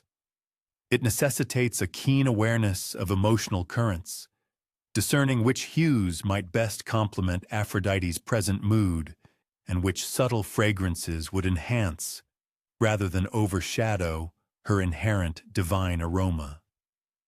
Even Ares, the formidable deity of warfare, relies profoundly on the unassuming dedication of his retinue of servants. Within his expansive armory, two fraternal immortals, born from the sacred union of a lesser river god and a graceful mountain nymph, assiduously polish his vast collection of weaponry and protective armor. They labor in a harmonious silence, their experienced hands intuitively knowing the precise method for treating each distinct material. The lustrous bronze, the unyielding iron, the pliable leather, and other esoteric substances that bear no name in the mortal lexicon. Atos, the elder of the two brothers, has diligently maintained Ares's formidable equipment for such an extended period that he possesses an innate to detect imbalances imperceptible to any other being. He executes minute adjustments to a spear's weight distribution, applies specialized emollients to preserve the leather's suppleness while ensuring its strength, and even tests a sword's formidable edge against his own immortal skin. A touch light enough to avoid injury, yet sufficient to unequivocally confirm its razor sharpness. Throughout the sprawling palace, similar scenes of diligent service continuously unfold. Hermes's swift messengers are observed meticulously sorting through a myriad of reports, originating from every corner of the vast cosmos. Poseidon's devoted attendants are seen preparing his magnificent chariot, paying particular attention to the intricate mechanisms that facilitate its seamless transition between aquatic and terrestrial environments. Demeter's helpful assistants are meticulously gathering samples of every novel plant cultivated by human hands, destined for her discerning inspection and potential divine blessing. By the early hours of the afternoon, the principal gods have already commenced their day's myriad activities. Some choose to remain on Olympus, participating in important councils or pursuing personal endeavors. Others embark on journeys to their respective domains or engage with their interests in the mortal realm. Irrespective of their chosen path, the ceaseless work of upholding divine existence perseveres without any interruption. Within an immense hall, whose lofty ceilings appear to ascend into the very clouds themselves, a gathering of muses, not the celebrated 9 traditionally associated with the arts and sciences, but rather their numerous sisters of lesser fame, diligently practice the intricate musical compositions destined to accompany the evening repast.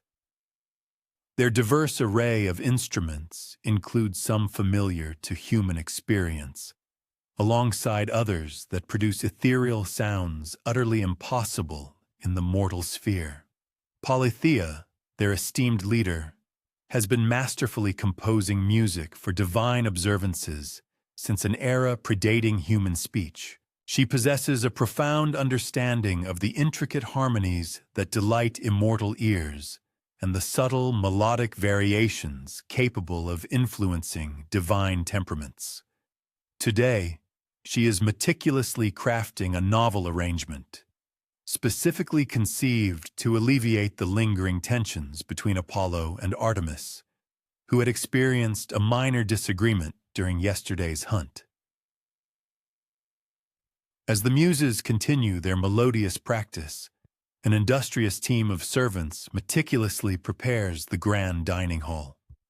Tables and luxurious couches are arranged with precise adherence to the prevailing divine hierarchy and interdeity relationships, a sophisticated layout that undergoes subtle alterations over time as alliances shift and favor waxes and wanes.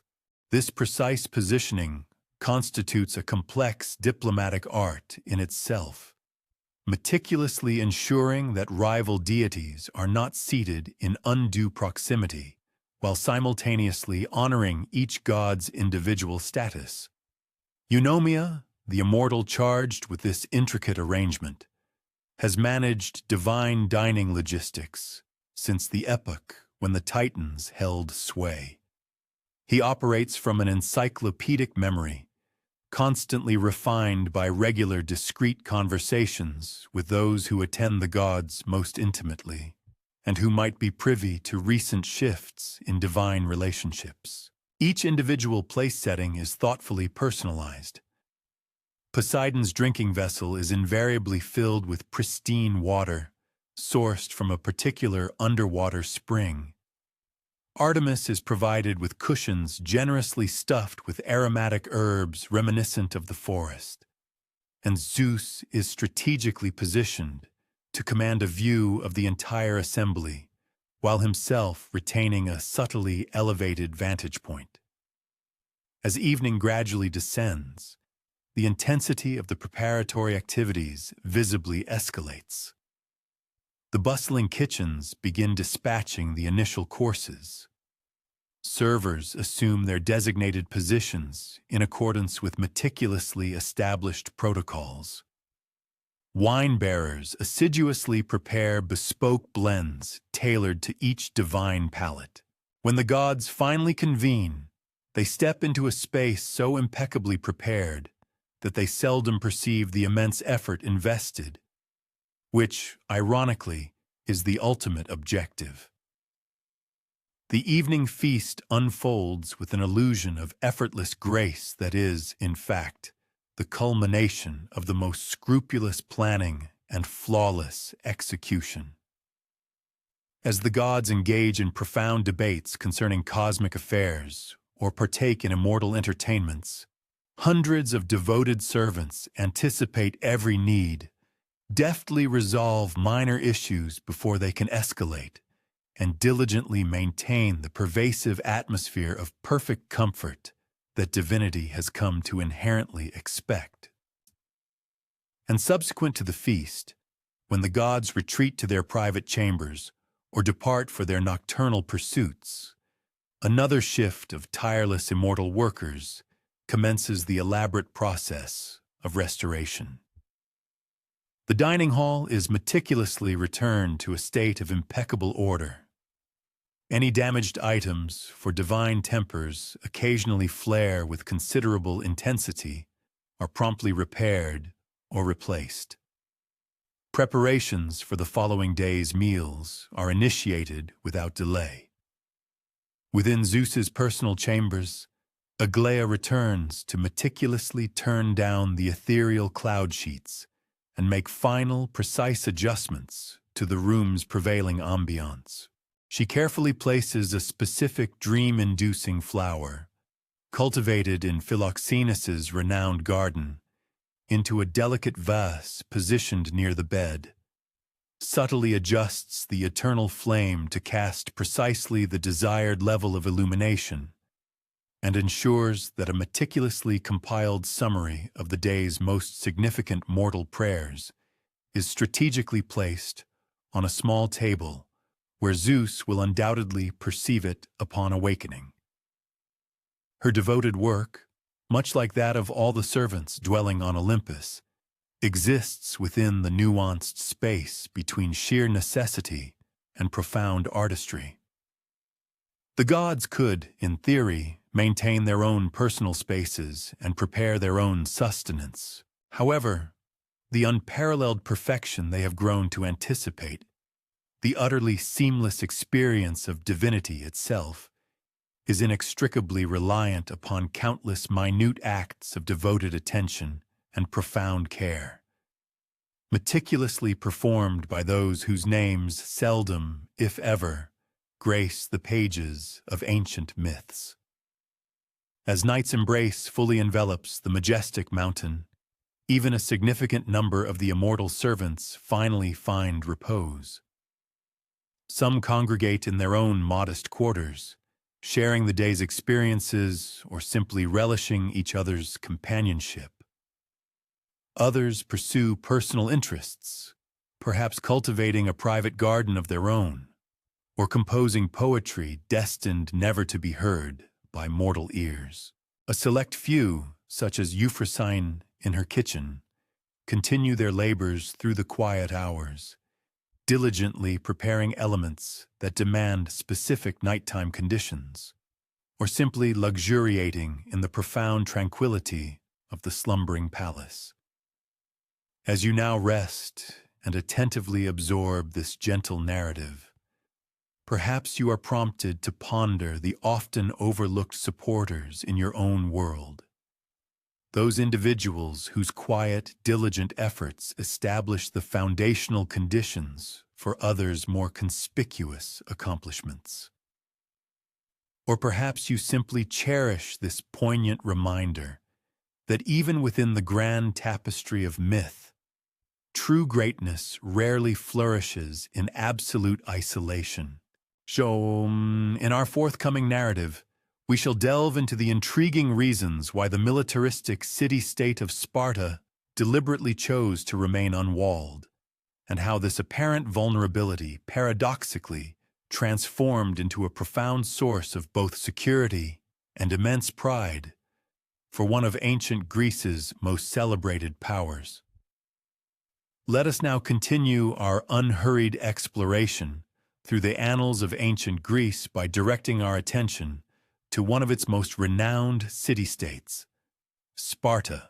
While the majority of Greek cities sought protection behind formidable stone walls, Athens famously connected to its port by the iconic Long Walls, Thebes encircled by colossal fortifications, and Mycenae surrounded by structures so impressive they were attributed to the mythical Cyclopes.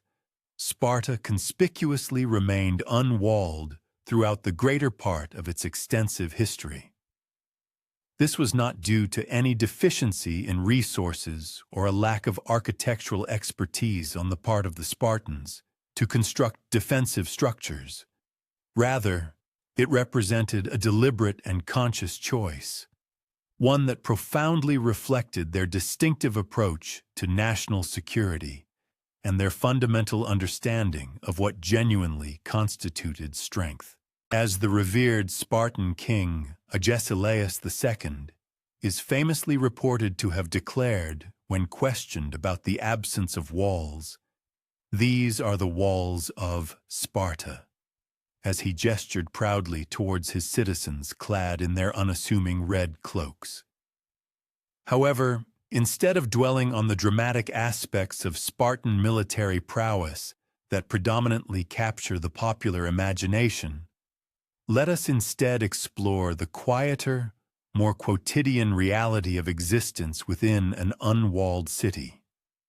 The subtle psychological ramifications, the practical adaptations necessitated by such a choice, and the intricate social structures that rendered this unusual decision both feasible and sustainable over time. Imagine a misty morning descending upon the Eurotas Valley. the picturesque geographical setting where Sparta was strategically situated. The nascent sun has not yet succeeded in dissipating the low-lying clouds that frequently form overnight within this river basin. A Spartan woman named Cleomachos rises at an early hour, as she conscientiously does every day, and steps out from her modest dwelling. Unlike women residing in fortified cities who might be compelled to traverse a considerable distance before reaching a city gate to exit into the surrounding countryside, Cleomachos possesses the unique advantage of being able to gaze directly from her doorway across open terrain towards the embracing hills. This immediate and unobstructed connection to the natural landscape fundamentally shapes her perception of home in ways distinctly different from Athenian or Theban women. There exists no clear, definitive boundary where the city unequivocally ends and the countryside abruptly begins, no dramatic transition between urban and rural expanses. Instead, Sparta seamlessly blends into its natural surroundings, with houses becoming progressively more dispersed towards the periphery, eventually yielding to the cultivated fields and verdant olive groves that sustain the population. Cleomachos commences her morning ritual, drawing fresh water from the communal neighborhood well for her household requirements. As she operates the rope and pulley system, she exchanges quiet, respectful greetings with neighbors engaged in similar tasks. Their conversation is pragmatic, singularly focused on the day's immediate necessities, and encompasses small observations concerning the prevailing weather or local occurrences. There is no idle chatter about which foreign merchants might have recently arrived through the city gates, simply because there are no gates, and foreign merchants are, as a general policy, actively discouraged from visiting Sparta anyway. This constitutes one of the less obvious, yet significant consequences of existing as an unwalled city. Sparta rigorously maintained an uncommon degree of cultural isolation when compared to other Greek city-states. Without the inherent natural checkpoint that city gates provide, effectively controlling who enters your community becomes considerably more challenging unless alternative systems are meticulously established to manage access. The Spartans adeptly addressed this challenge through the implementation of stringent regulations pertaining to foreigners and the cultivation of a distinctive social structure where outsiders were immediately and unequivocally discernible. As Cleomachos made her way back to her dwelling, carrying her vessel of water, her path intersected with Kirillos, a Spartan man, diligently engaged in his morning physical regimen within the open areas nestled amongst the residential structures. In stark contrast to the inhabitants of fortified urban centers, who typically confined their athletic pursuits to dedicated gymnasia or specialized training fields, the Spartans seamlessly wove physical conditioning into the very fabric of their daily existence and surrounding milieu. Devoid of distinct demarcations between communal and personal domains, or between the established settlement and the wilderness beyond its confines, the rhythms of everyday life naturally extended across the terrain, a characteristic that would have undoubtedly appeared peculiar and unconventional to other Hellenic peoples. By the time the sun climbed higher, approaching mid-morning, the lingering atmospheric veil had completely dissipated, unveiling the majestic mountain ranges that naturally encircled the fertile expanse of the Eurotas Valley. These formidable geological formations, rather than man-made fortifications, constituted Sparta's primary and most crucial defensive barrier. The very site of the city had been astutely selected, capitalizing on its position amidst a landscape characterized by a limited number of readily traversable mountain passes each capable of being effectively safeguarded by comparatively modest military detachments. Thus, the inherent topographical features of the region conferred a degree of security that other polis were compelled to painstakingly construct through monumental architectural endeavors. Proximate to the heart of the burgeoning community, a contingent of 7-year-old boys commenced their daily instructional regimen within the famed agoge, the renowned Spartan pedagogical framework that systematically separated young males from their family households, integrating them into collective living environments, meticulously structured around rigorous military indoctrination. And seasoned mentor, by the name of Dercidas, observed their rudimentary exercises, his countenance betraying no discernible emotion as the youngsters executed their fundamental drills. Dercidas himself possessed a distinguished service record, having participated in formal military expeditions for Sparta and concurrently contributing to the less frequently acknowledged yet equally vital frontier surveillance apparatus. In the absence of encircling fortifications, Sparta was compelled to depend upon an unceasing state of alertness along its territorial boundaries. Shifting detachments of citizens were regularly deployed to monitor crucial mountain defiles and frequently traversed thoroughfares leading into Laconia, the geographical expanse enveloping Sparta. This particular obligation was not perceived as exceptional or onerous. Rather, it constituted an intrinsic component of the Spartan way of life. It was not uncommon for a citizen to dedicate several weeks annually to service at a remote sentinel post, embracing a Spartan existence, vigilantly scrutinizing approaching travelers from afar and interrogating those who sought passage into Spartan dominion.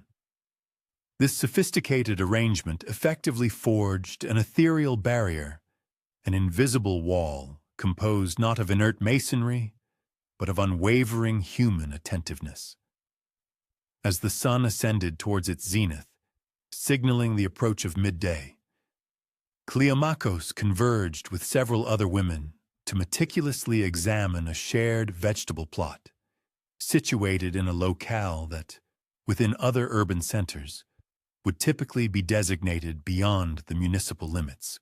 The women labored with deliberate precision, scrutinizing the verdant foliage for any indications of malady or insect infestation, gathering the produce that had reached ripeness, and deliberating upon the subsequent plantings. Their discourse seamlessly transitioned to recent intelligence concerning Athenian maritime maneuvers, tidings conveyed by a courier on the preceding day. This particular scenario underscored yet another ramification stemming from Sparta's unfortified condition. The dissemination of information transpired distinctly here compared to Poleas, equipped with defined points of ingress. Lacking monumental gates, where intelligence naturally converged with the arrival of travelers, Sparta cultivated a more distributed and dispersed system for gathering insights. A multitude of minor outposts gathered and transmitted data. Citizens undertaking official missions returned with valuable observations. The select number of authorized foreign emissaries were subjected to thorough interrogations. The net effect was that intelligence tended to permeate Spartan society with greater deliberation and uniformity than in cities where it might initially coalesce among those stationed near the principal entrances or maritime facilities. By the juncture at which Cleomachos and her associates engaged in dialogue regarding the Athenian naval activities, the majority of adults across Sparta were already cognizant of this information, having assimilated it via intricate, overlapping communication channels. Subsequent to their work in the garden, Cleomachos proceeded towards the locale where young girls were actively engrossed in their distinct regimen of physical conditioning. in marked divergence from other Greek city-states, where the scholastic and athletic cultivation of females was either severely curtailed or entirely absent. Sparta actively fostered the physical maturation of its girls, mirroring its boys, albeit with distinct pedagogical priorities and organizational frameworks. In the absence of walls that would otherwise delineate a definitive urban periphery, these training zones materialized organically within the interstitial areas separating residential groupings, rather than within formally designated athletic complexes. As she observed her own daughter participating in a grappling exercise, Cleomachos engaged in a brief exchange of insights with a fellow mother. Neither woman evinced any apprehension regarding their daughter's involvement in pursuits that would undoubtedly have provoked outrage and scandal amongst Athenians. The Spartan perspective on societal gender roles, much like their understanding of municipal borders, exhibited less inflexibility than in other regions of Greece. This was not born of an enlightened, progressive ideology, but rather from a pragmatic acknowledgement that robust women were instrumental in birthing resilient offspring and were capable of safeguarding family estates during the prolonged absences of their male counterparts. The conspicuous lack of fortifications indelibly influenced the Spartan collective psyche in nuanced, yet deeply significant manners.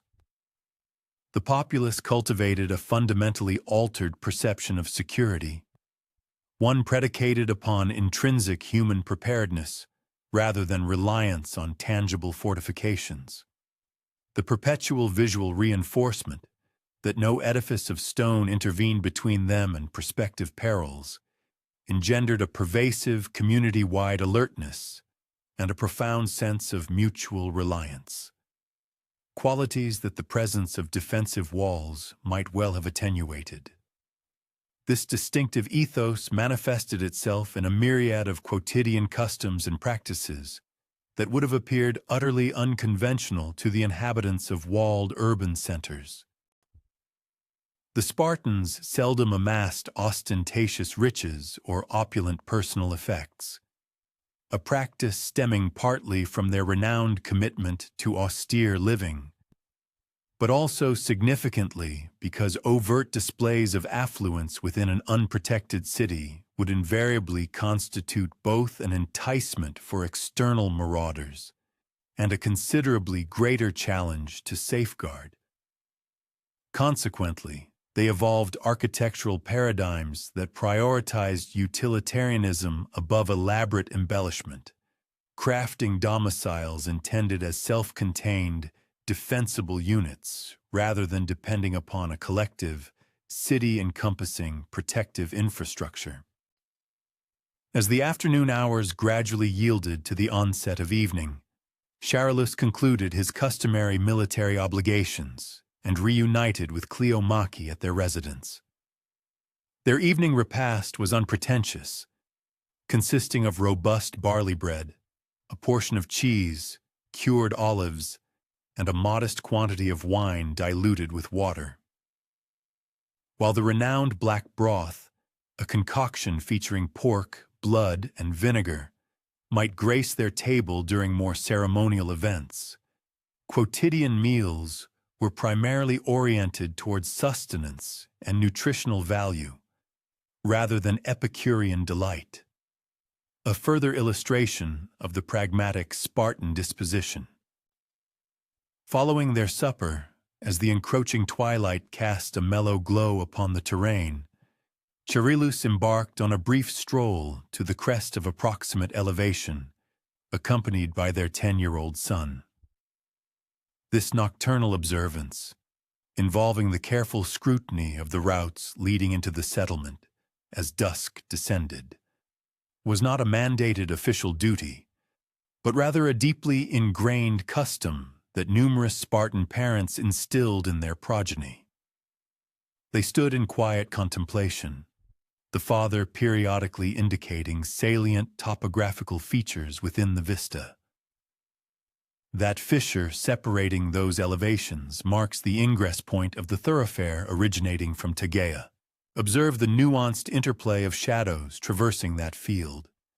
Any individual traversing it would be discernible by the disturbance they create within the established visual sequence. This comprehensive instruction in environmental cognizance epitomized yet another profound adaptation to an existence devoid of fortifications. Spartan children matured with an innate comprehension of their surrounding terrain as an active and responsive defensive mechanism, rather than perceiving security as an attribute conferred by inert, immutable constructions. They acquired the crucial faculty of deciphering minute indicators of perturbation or impending presence, honing their ability to differentiate routine agrarian operations from anomalous movement configurations that could potentially signify impending dangers. As the inky cloak of full darkness descended completely upon the Eurotas Valley, the distinctive unfortified character of Sparta perhaps manifested most conspicuously within the nocturnal customs of its populace. In sharp contrast to the residents of walled urban centers, who could typically unwind and feel secure once the city gates were sealed and bolted for the night, the Spartans upheld a pervasive, decentralized state of alertness across the entire span of darkness. Consistent patrols traversed both within and around the settlement's perimeter. Individual households shared the responsibility of tending watchfires. Younger men, especially, might be designated to repose at critical vantage points rather than within their customary sleeping quarters. This pervasive vigilance was not perceived as an oppressive burden or a source of apprehension. It was, quite simply, the inherent Spartan modus vivendi, as ingrained in their collective consciousness as the formidable stone ramparts of Athens were to its citizens. This intricate framework fostered a societal environment where safeguarding the community was the perpetual, unspoken obligation of every individual, rather than a duty exclusively assigned to designated sentinels or inanimate architectural defenses. Prior to withdrawing for the night, Cleomachie diligently verified that their domestic armaments were in impeccable working order and strategically placed for immediate retrieval should the necessity arise. A further ingrained custom prevalent in Spartan households. Subsequently, she joined Charillus on the modest, sheltered veranda of their abode, where they reposed in serene tranquility, observing the celestial bodies emerge above their unfortified settlement. Their profound sense of security did not emanate from formidable, towering fortifications, but rather from an unwavering conviction in their personal capabilities, the reliability of their fellow citizens, and the robust societal framework they assiduously upheld. The conspicuous absence of defensive walls had fundamentally molded not merely the physical configuration of their city, but indeed their holistic methodology towards community and self-preservation, thereby forging a singular Spartan ethos that prioritized human preparedness above material impediments and diffused alertness over concentrated defensive structures. The hallowed site of Delphi was decidedly not established with ease of access in mind. Perched majestically on the elevated gradients of Mount Parnassus, with the formidable Phaedriades cliffs soaring dramatically overhead, the sacred precinct was intentionally positioned far from convenient thoroughfares.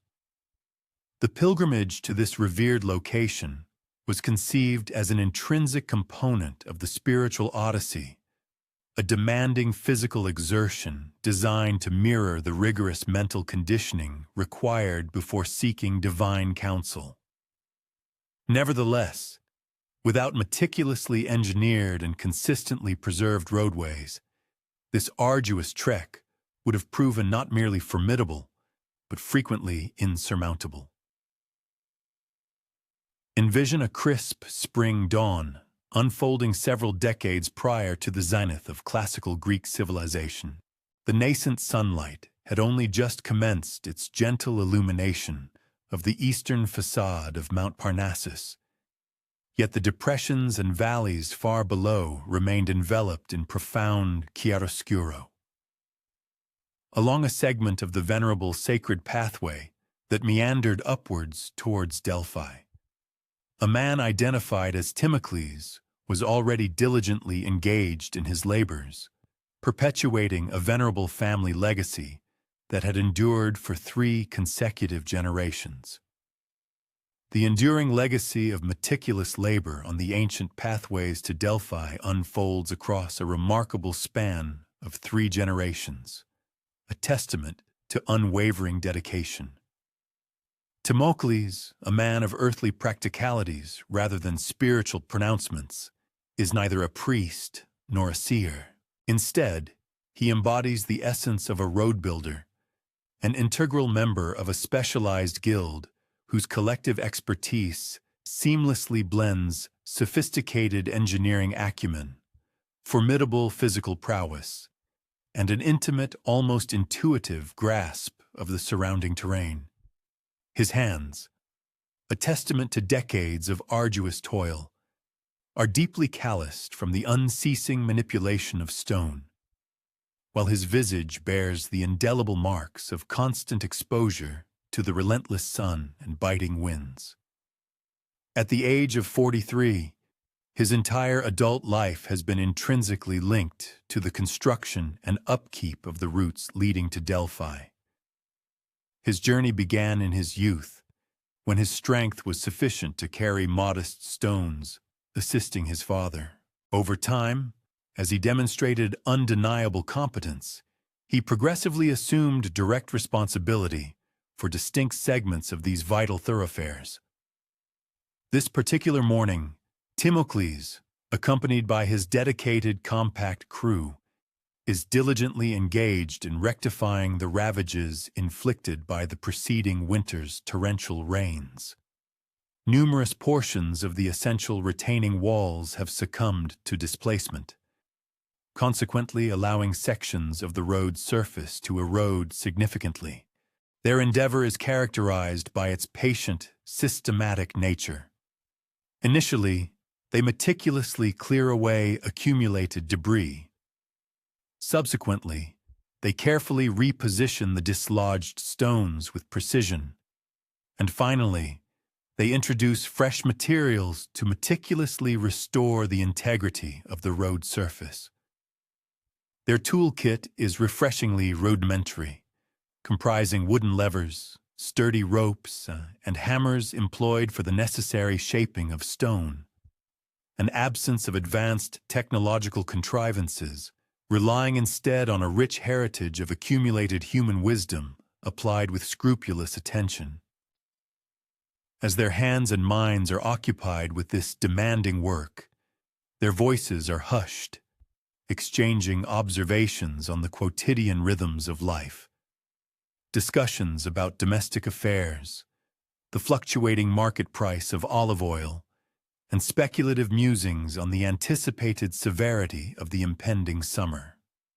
Periodically, their discourse shifts, gravitating towards the diverse array of pilgrims they routinely encounter along this very path, pondering which urban centers appear to be dispatching a greater number of envoys recently, contemplating whether the intrinsic quality of the votive offerings destined for Apollo has undergone a discernible alteration, and discerning how the comportment of travelers varies markedly according to their respective origins. These astute road builders possess an uncanny ability to perceive nuances that often escape the notice of the pilgrims themselves. They can readily distinguish first-time voyagers to Delphi by their distinctive gait and their often awestruck reactions to the breathtaking vistas that unexpectedly unfold along the winding track. They recognize familiar faces, returning visitors who, year after year, instinctively pause at the very same cherished spots. Furthermore, they inherently understand which particular stretches of the road present the greatest challenges for elderly pilgrims, or for those laboriously transporting wheeled carts laden with precious offerings. By the advent of midday, the team has achieved substantial progress in their restorative efforts. Timocles, seeking momentary respite, straightens his back, his gaze sweeping upwards towards the sanctuary, which, from their current elevation, remains tantalizingly concealed. Despite dedicating decades to the very arteries leading to this sacred site, he himself has only graced the temple with his presence on a mere handful of occasions.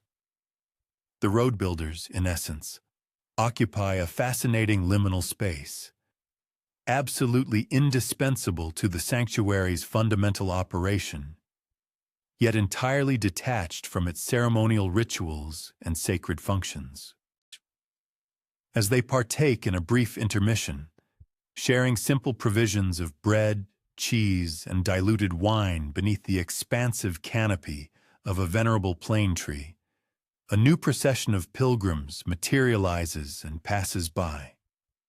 These are esteemed representatives from a prominent city in Sicily, journeying to seek the oracle's divine counsel regarding a proposed colonial undertaking. The pilgrims, their minds singularly focused on their ultimate destination and the weighty questions they bore, scarcely register the presence of the unassuming workers resting quietly by the roadside. Timocles and his companions observe them with a detached, yet discerning interest, meticulously noting the intricacies of their attire, the discernible quality of their provisions, and the nature of the offerings they carefully transport. Over successive generations, the road builders have cultivated an informal, yet remarkably precise taxonomy of pilgrims. With astonishing accuracy, they can often prognosticate which cities are currently experiencing periods of prosperity or enduring hardship, which are contemplating military engagements, or which are grappling with internal political turmoil, all extrapolated from the subtle patterns they discern in those making the pilgrimage to Delphi. That particular delegation will undoubtedly remain for a minimum of 3 days, remarks Cleon, the youngest member of the team, his observation underscored by years of shared experience.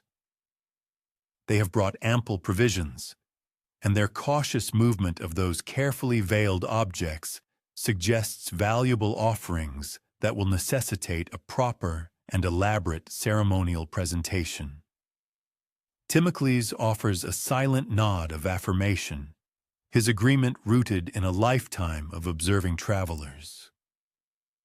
After decades of such keen observation, these insights have become as instinctive to him as discerning shifts in meteorological patterns or the cyclical rhythms of the natural world. The road builders, in their unique capacity, possess a distinct form of wisdom, one that, while differing from, undeniably complements the pronouncements dispensed by the oracle itself, a profound, practical understanding of human patterns and behaviors meticulously gleaned from their unparalleled vantage point. Following their brief but restorative interlude, the arduous work recommences. The afternoon's primary endeavor involves the critical reinforcement of a switchback section, where the road executes a sharp, demanding turn around a formidable rocky outcrop. This task demands an exceptional degree of precision, requiring an innate comprehension of how water will cascade during torrential downpours, how immense weight will be distributed when heavily laden carts traverse the path, and how the insidious encroachment of roots from proximate trees might gradually compromise the meticulous placement of stones. As they labor, Timocles subtly imparts his accumulated wisdom to Cleon, not through formal didactic instruction, but through quiet, practical demonstrations and occasional, insightful comments. This particular stone needs to be set more deeply into the earth. Feel how this one possesses a natural curvature that will expertly channel water towards the designated drainage channel. We will meticulously place the flattest stones on the uppermost layer to ensure easier and safer passage for pedestrians. This method of knowledge transfer mirrors the very process by which Timocles himself learned from his father and his father before him, a rich heritage of expertise transmitted through the shared crucible of work and vigilant observation. The road leading to Delphi is not merely a singular, finite construction project, but rather a profound, multi-generational commitment to ceaseless maintenance and continuous enhancement. Certain segments of this ancient artery faithfully follow routes established many centuries prior, gradually evolving from rudimentary dirt tracks into properly formalized stone-paved thoroughfares. Other portions represent innovative solutions to the perennial challenges posed by the formidable mountain's geological composition and its unpredictable weather patterns. Different stretches of the road conspicuously exhibit diverse building techniques, effectively serving as a tangible historical record of evolving knowledge and craftsmanship over time. Here, an older section prominently features massive, irregularly shaped stones, meticulously fitted together with smaller, carefully wedged pieces. In stark contrast, a newer portion showcases more uniform stone cutting and a demonstrably more sophisticated control over the road's gradient. Thus, the road functions not only as vital practical infrastructure, but also as a living historical document, revealing profound changes in construction technology and strategic approaches across the ages. As the afternoon gradually yields to the encroaching evening, Timocles and his dedicated team commence the systematic gathering of their tools.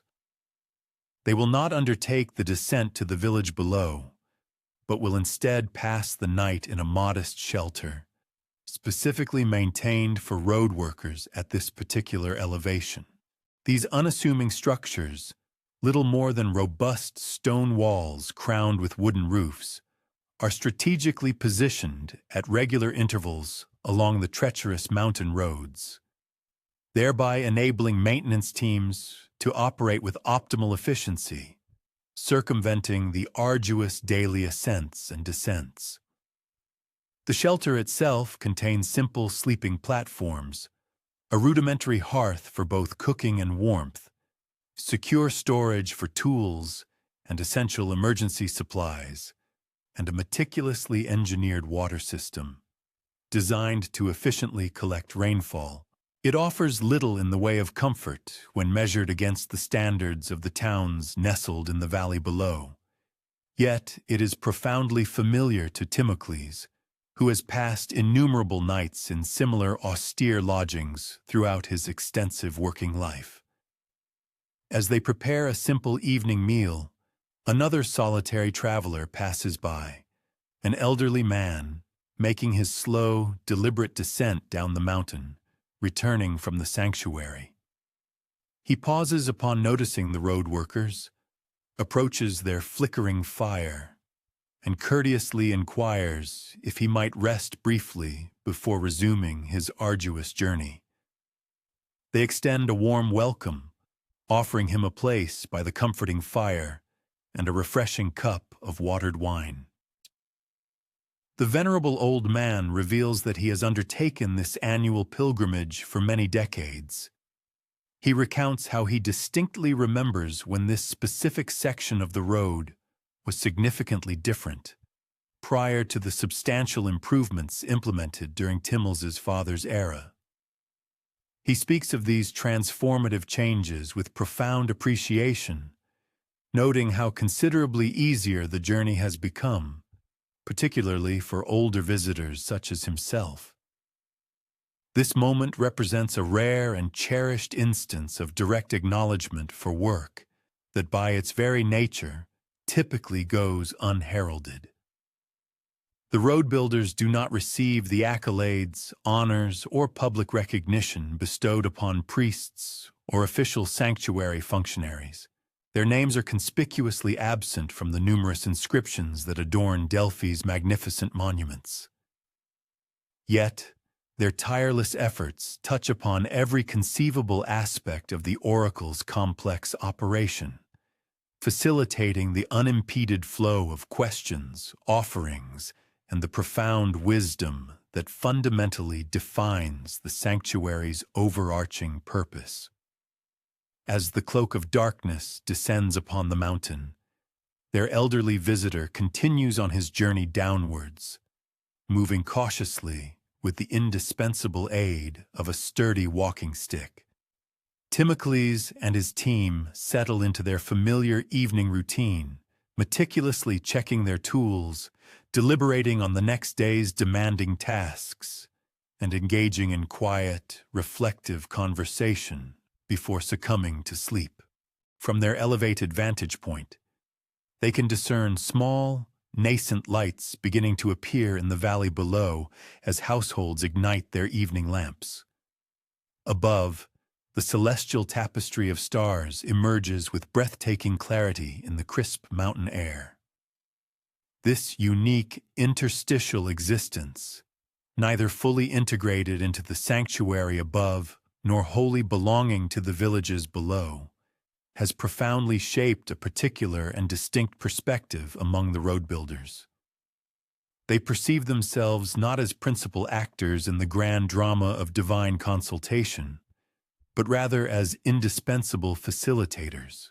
Their profound satisfaction emanates not from external recognition, but from an intrinsic sense of functionality, from the deeply gratifying knowledge that, owing to their tireless efforts, an elderly man can safely undertake his annual pilgrimage.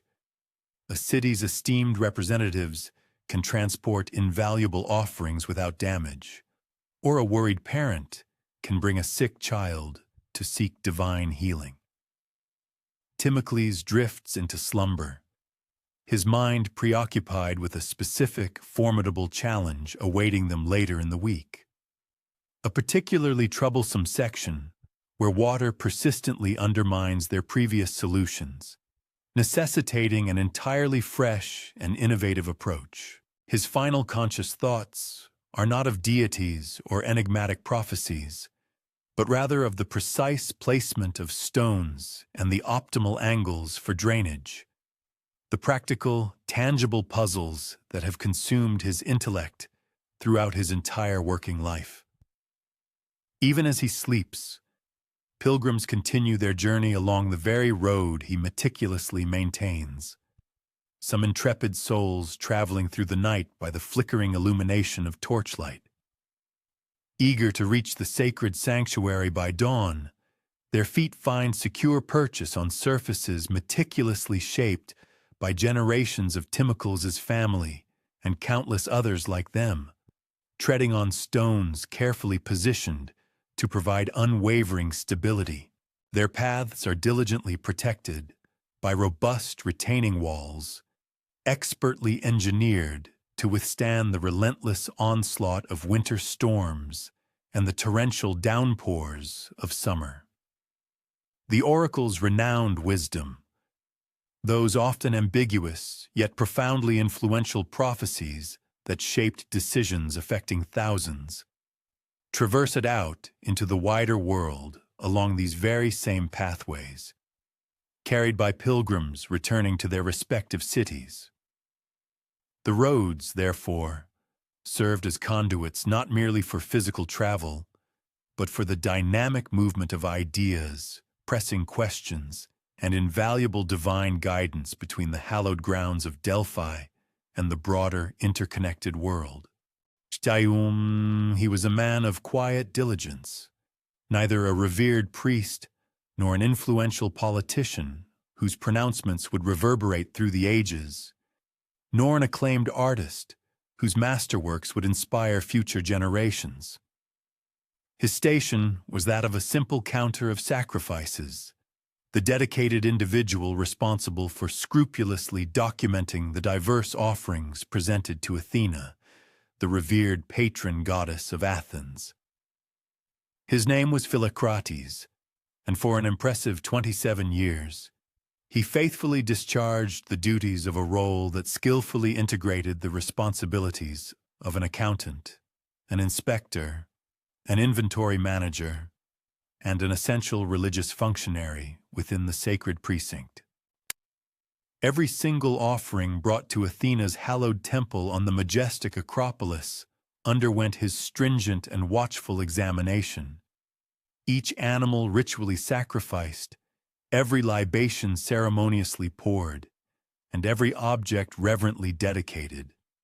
All were painstakingly chronicled in his precise script upon both the ephemeral wax tablets and the more enduring papyrus scrolls, forming an exhaustive compendium of devotion.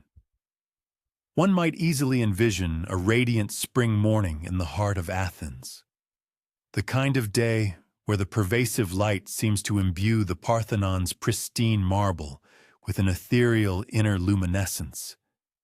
Philocrates, now in his 53rd year, has already been engaged in his demanding duties for several hours. He consistently rises before the first glimmer of dawn on most days, a disciplined habit meticulously cultivated in his youth and steadfastly maintained through many decades of unwavering practice. His designated workspace is a modest chamber discreetly attached to the sprawling temple complex. It is neither ostentatious nor grandly impressive, but rather eminently practical, benefiting from abundant natural light streaming through a south-facing window, and its walls are lined with shelves meticulously organized with recording implements and a vast archive of historical documents. His morning regimen invariably commences with a thorough review of the preceding day's meticulously entered notations, diligently cross-referencing his numerical tallies against the tangible remnants still present. The lingering ashes within the sacrificial hearths, the subtle traces of wine staining the altars, and the recently positioned votive offerings upon the dedication shelves. This meticulous verification is not born of any self-doubt regarding his own arithmetical precision, but rather from the profound understanding that absolute accuracy in all matters pertaining to the divine is not merely a commendable professional standard, but an inviolable sacred obligation. A single miscounted sacrifice could inadvertently signify an improper honor bestowed upon Athena. A forgotten or unrecorded offering might regrettably imply a grave negligence in the performance of one's divine service. The essential instruments of Philocrates' exacting profession are commendably simple yet highly effective. Wooden tablets meticulously coated with a layer of wax for the purpose of daily, transient notations, delicate papyrus sheets reserved for the creation of permanent, enduring records, finely crafted reed pens, rich, dark ink meticulously concocted from oak galls, and a modest assortment of elementary calculating aids, smooth pebbles employed for straightforward counting, and a more sophisticated abacus utilized for the execution of intricate tallies and complex computations. His hands, though not bearing the rough calluses typically associated with arduous physical labor, nonetheless exhibit the subtle, telltale marks of his specialized vocation. Faint, persistent ink stains visible around his fingernails, a slight, almost imperceptible bend in his right index finger, a consequence of countless hours spent in diligent transcription over decades, and a small, distinct burn scar etched onto his left palm, a lingering memento from an unfortunate accident involving sealing wax many years prior. By the advent of mid-morning, the level of activity within the temple precinct noticeably escalates. Today, it is not a grand, city-wide festival, but rather an unremarkable, ordinary day in the bustling life of Athens. Yet, even on such routine days, there is a consistent and steady procession of worshippers presenting their diverse offerings. A prosperous merchant, recently returned from a highly successful trading voyage, approaches to dedicate a finely wrought silver cup, an embodiment of his gratitude and prosperity. A solicitous mother, whose beloved child has miraculously recovered from a grave illness, tenderly offers a small, intricately sculpted clay figurine, a heartfelt expression of thanksgiving. A diligent farmer presents a healthy goat for sacrifice, an act of profound gratitude and thanksgiving for the timely rains that providentially saved his precious crops from impending ruin. Each individual offering meticulously adheres to long-established protocols, with the revered priests or priestesses assiduously performing the requisite sacred rituals. Philocrates diligently observes these solemn proceedings from his designated vantage point, positioned slightly to the side. He is not central to the dramatic spectacle of the ceremonies themselves, yet his presence is undeniably essential for their meticulous and accurate recording. He assiduously notes not merely the fundamental fact of each sacrifice or dedication, but also a wealth of specific, pertinent details. The precise age and inherent quality of the animals, the intricate craftsmanship and intrinsic material composition of the dedicated objects, the social standing or status of the benevolent giver, and the explicitly stated purpose or intention behind the offering. These granular details hold significant importance for a multitude of compelling reasons. Primarily, they facilitate the tracking of evolving patterns in worship practices over extended periods of time, revealing shifts in devotional trends. Secondly, they furnish invaluable insights into the prevailing economic conditions of Athens. For instance, more opulent and expensive offerings tend to materialize during periods of widespread prosperity, while leaner, more challenging times are often characterized by the appearance of simpler, more modest gifts. Thirdly, these comprehensive records establish an indispensable historical archive that can be meticulously consulted should any questions or disputes arise concerning the proper maintenance of sacred observances.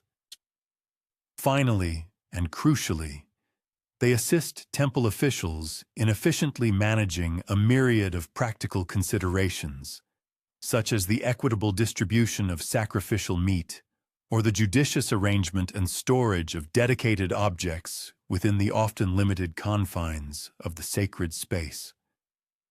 Around the customary hour of midday, Philocrates permits himself a brief respite, embarking upon a measured and unhurried stroll around the perimeter of the venerable temple structure. This daily ritual serves a dual purpose. It offers his eyes a much-needed reprieve from the intense, close-focused scrutiny demanded by his ledgers, and simultaneously provides a tranquil moment to fully appreciate the profound sanctity of the space he so diligently serves. Although he has gazed upon the majestic Parthenon literally thousands of times throughout his tenure, he invariably finds himself pausing, captivated by how the ever-shifting light plays across its magnificent sculptures, or how the subtle, almost imperceptible curves of its towering columns cunningly conspire to create an illusion of perfect, unwavering straightness. During his contemplative walk, he happens upon a fellow colleague, an individual whose primary responsibility lies in meticulously maintaining the intricate treasury records for the temple. Their respective duties, while distinct, nonetheless exhibit areas of significant overlap. Whereas Philocrates diligently counts and records all offerings irrespective of their inherent monetary value, his colleague's focus is specifically directed towards tracking valuable items and all forms of currency that enter the temple's coffers. Their ensuing conversation is characteristically concise and eminently practical, briefly touching upon a minor discrepancy identified in the previous month's tallies that requires an immediate resolution, and also discussing the impending preparations for an upcoming festival, an event certain to substantially increase their collective workload.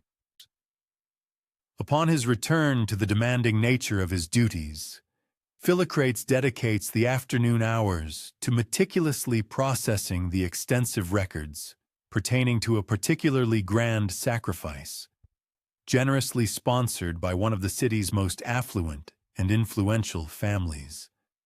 This substantial offering, comprising multiple cattle, necessitates an exceptionally detailed level of documentation, encompassing not only precise information about the animals themselves, but also a thorough accounting of how the meat is subsequently distributed.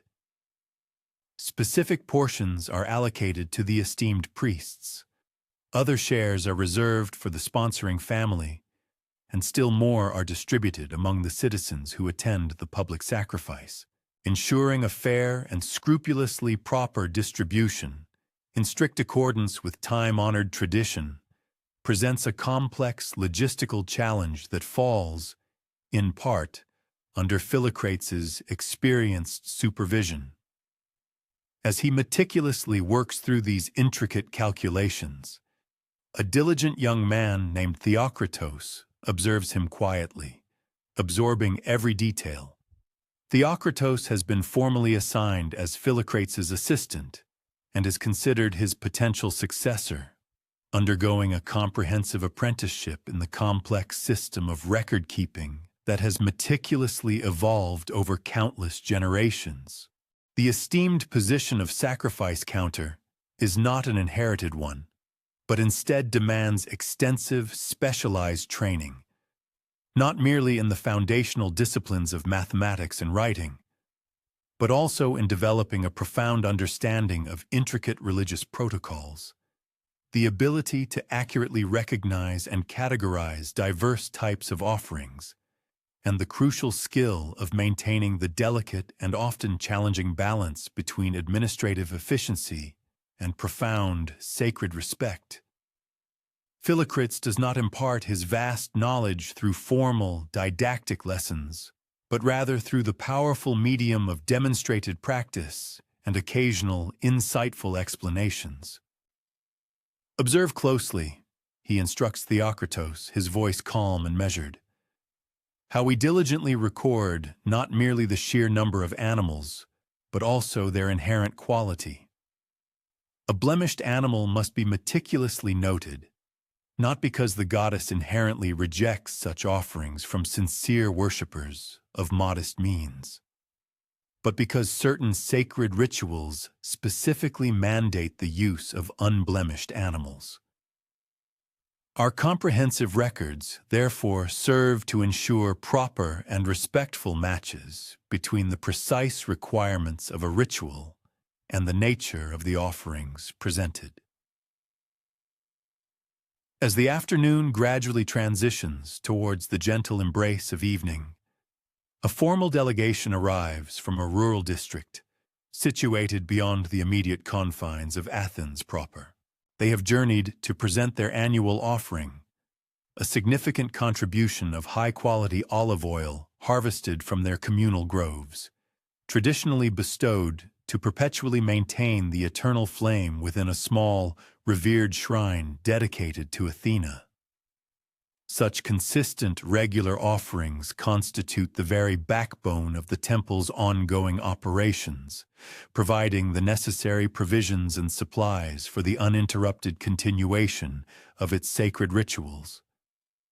Philocrates receives them with the quiet, inherent dignity that consistently characterizes his interactions with all worshippers, whether they be powerful city officials or humble, unassuming farmers. He meticulously inspects the olive oil, carefully assessing its clarity and inherent quality, then measures it with precise exactitude before diligently recording the exact amount in his comprehensive ledger. The delegation watches this meticulous process with respectful attention, understanding its profound significance. The careful measurement unequivocally confirms that their offering is properly acknowledged, thoroughly documented, and will be utilized precisely as intended, thereby upholding transparency and trust in the sacred transaction.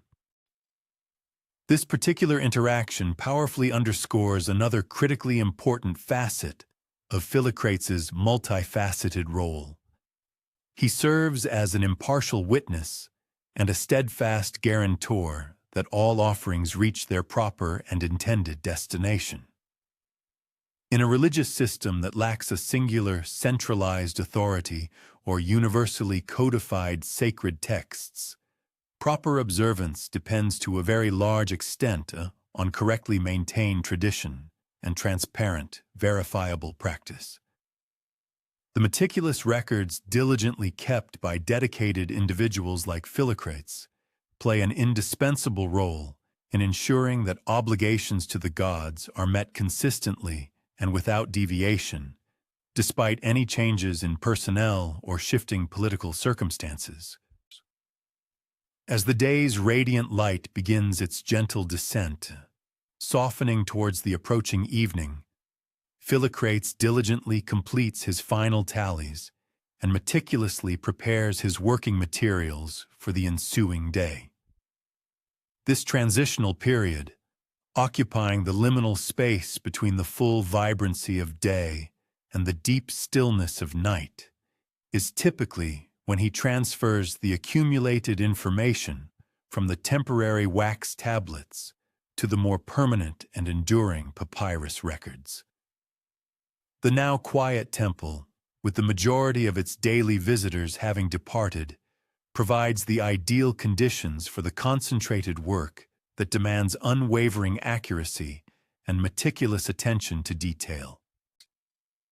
The permanent records meticulously created by Philocrates serve multiple vital purposes that extend far beyond mere religious accounting.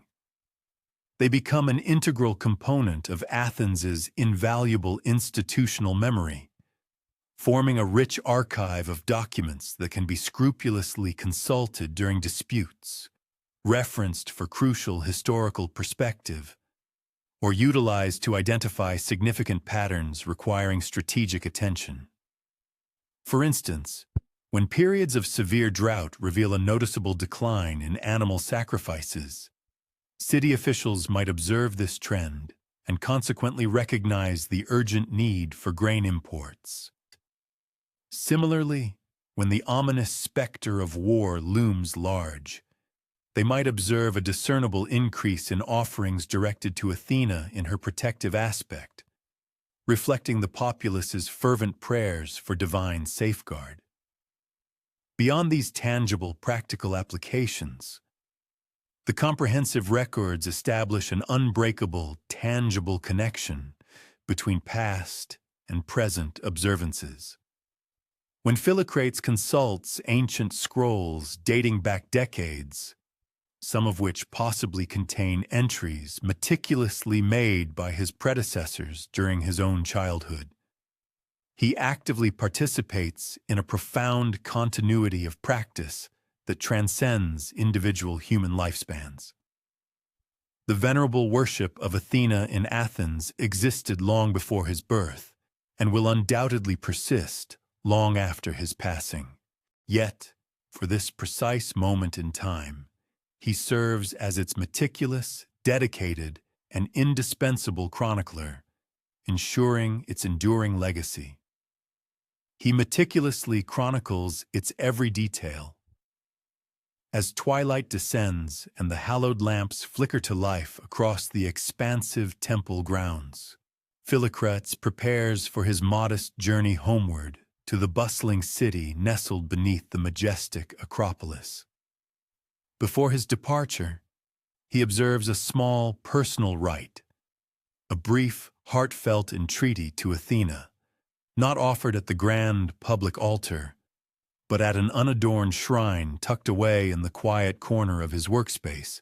It is a serene instant of communion between an individual and the divine, a profound link connecting the meticulous record keeper and the very subjects of his careful enumeration. Descending from the venerable heights of the Acropolis, Philocrates encounters groups still making their ascent, individuals arriving to present their evening offerings or to witness the sublime transformation from daylight to night within the sacred confines.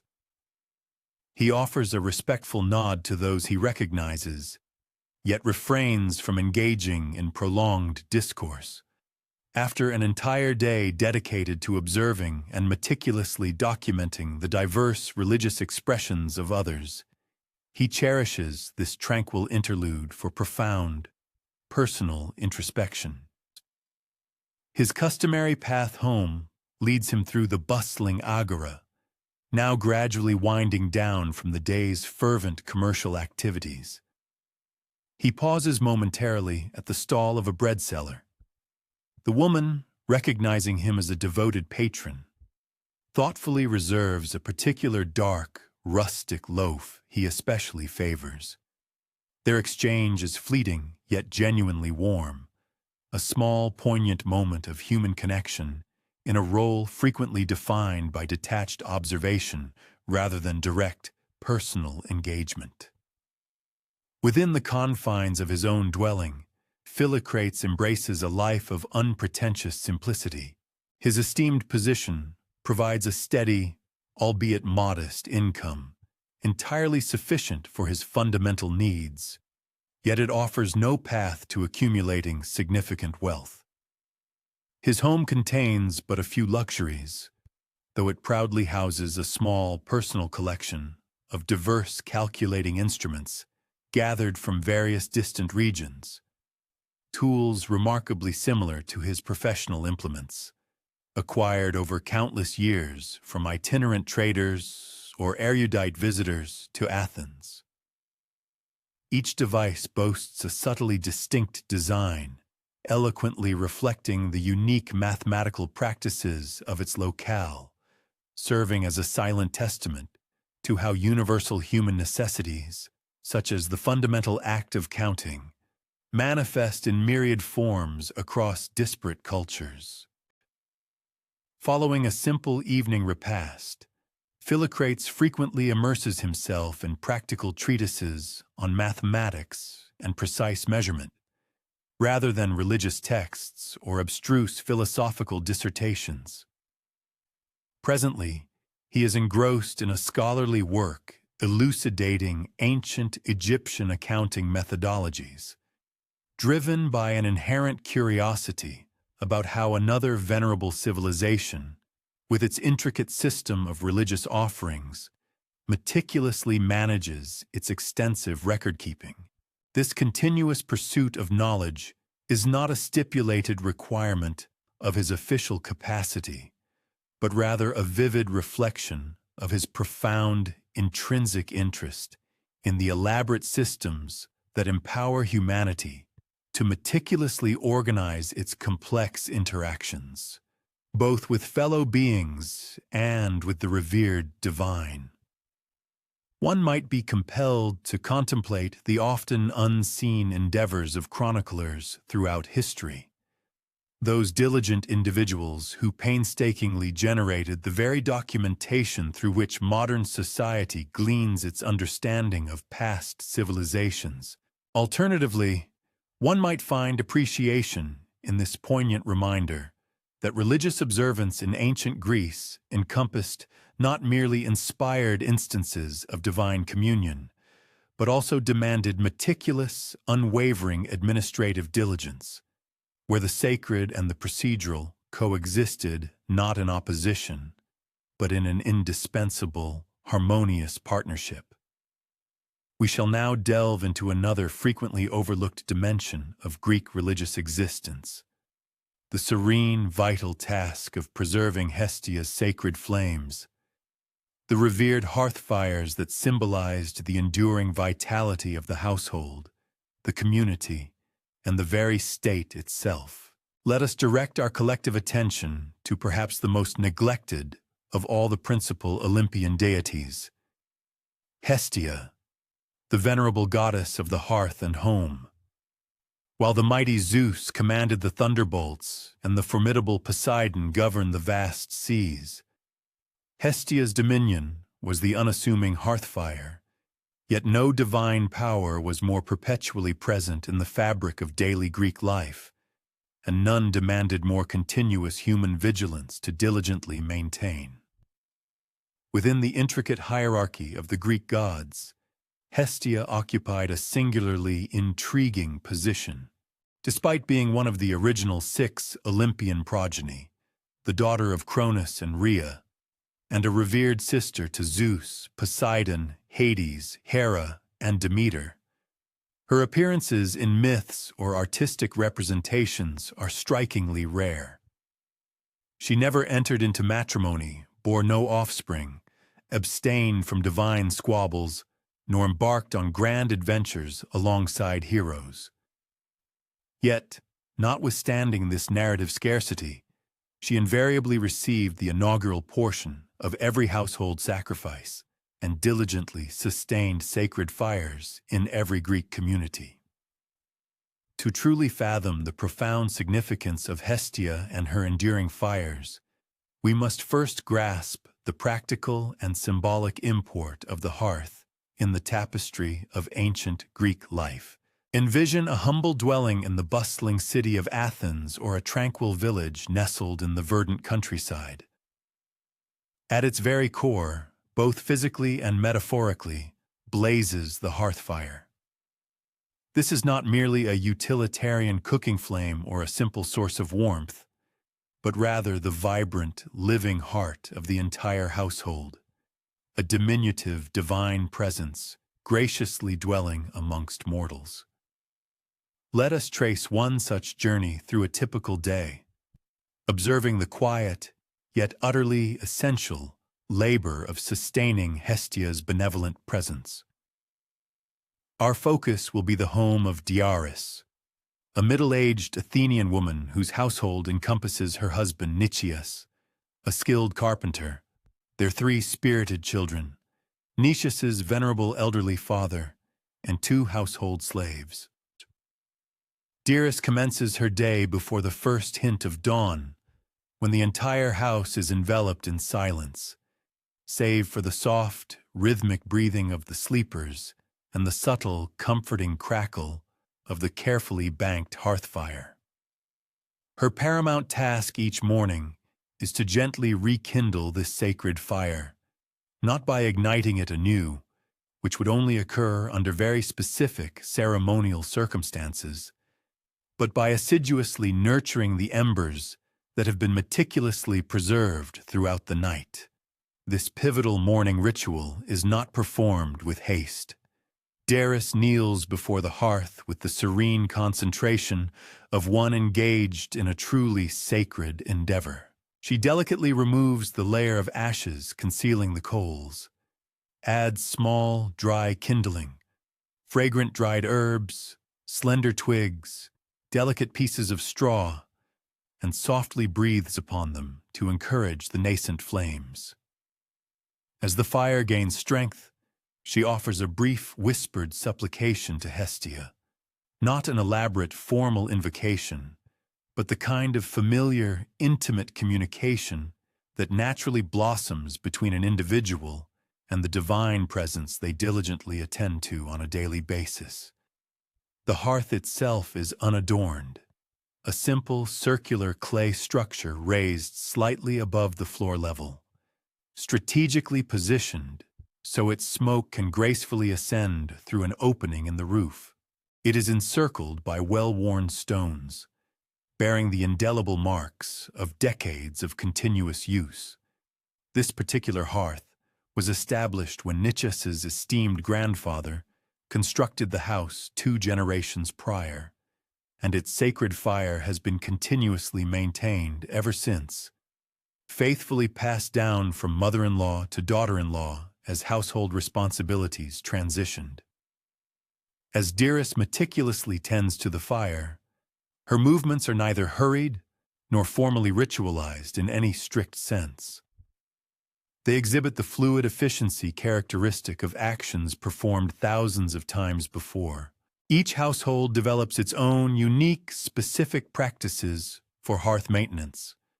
Small, treasured traditions transmitted through careful observation and diligent practice rather than through written instruction. The precise manner in which Dearest arranges the kindling, the specific herbs she occasionally adds to the flames, the particular pattern in which she sweeps the hearth area, all collectively reflect generations of accumulated household custom and wisdom. Once the fire is properly awakened and robust, Dearest commences the preparation of the morning meal. Cooking over Hestia's sacred fire is not merely a practical necessity, but a profound continuation of divine service. The demarcation between religious observance and daily life is remarkably permeable here. The very same flame that receives formal offerings also lovingly cooks the family's sustenance, heats their water for washing, and provides essential warmth on chilly mornings. As other members of the household awaken and gather around the comforting hearth, each acknowledges Hestia's benevolent presence in their own distinct manner.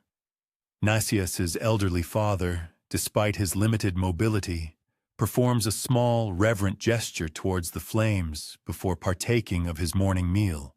The children, from their earliest awareness, have been carefully instructed never to spit into the fire, to discard refuse into it, or to treat it with any casual disregard, not out of mere superstition, but from a profound understanding that the hearth represents something far beyond its mere physical form.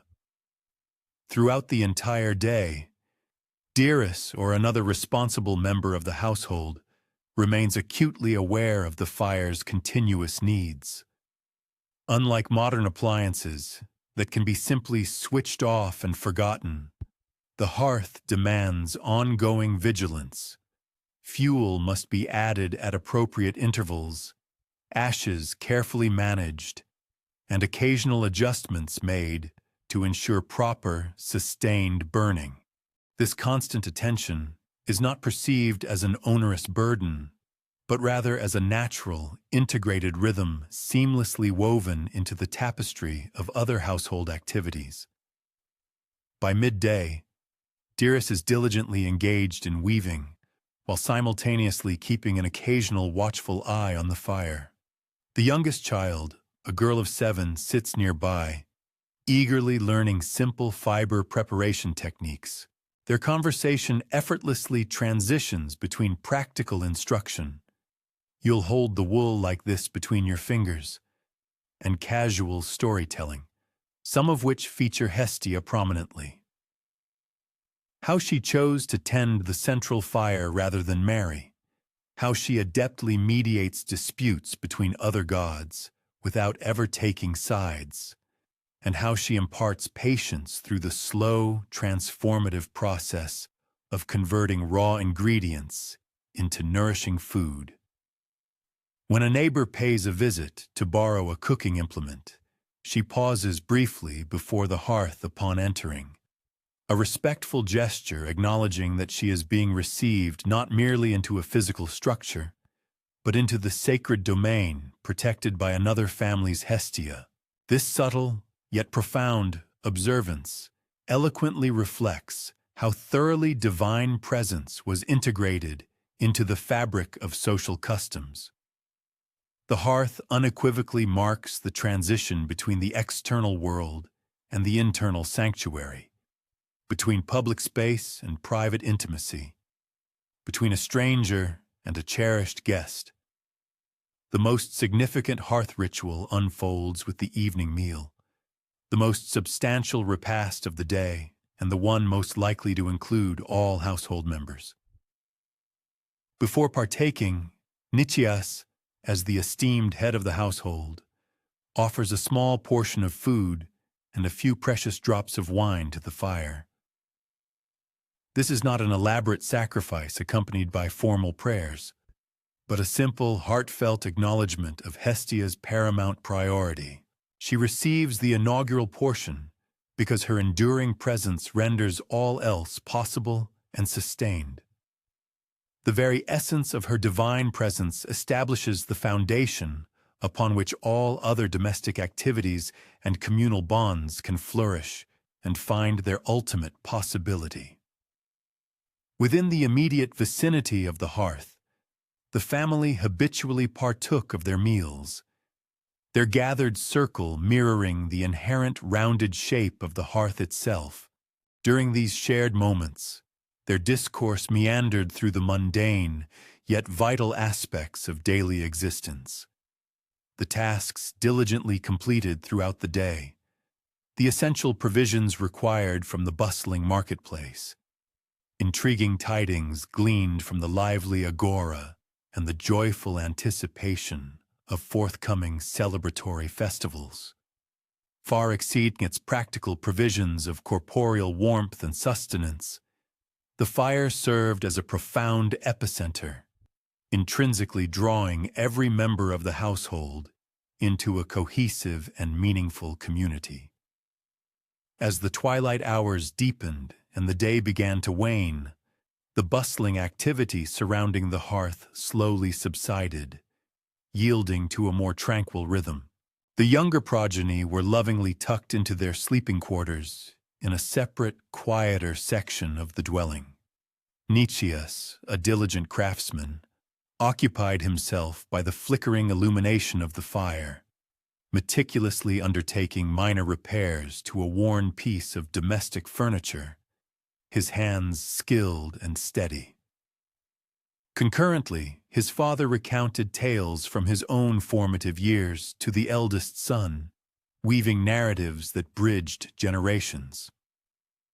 Dearest, ever prescient, brought to completion the meticulous preparations for the following day's essential bread-making, carefully arranging the necessary ingredients so they would be perfectly poised for her to rekindle the fire's embers at the break of dawn.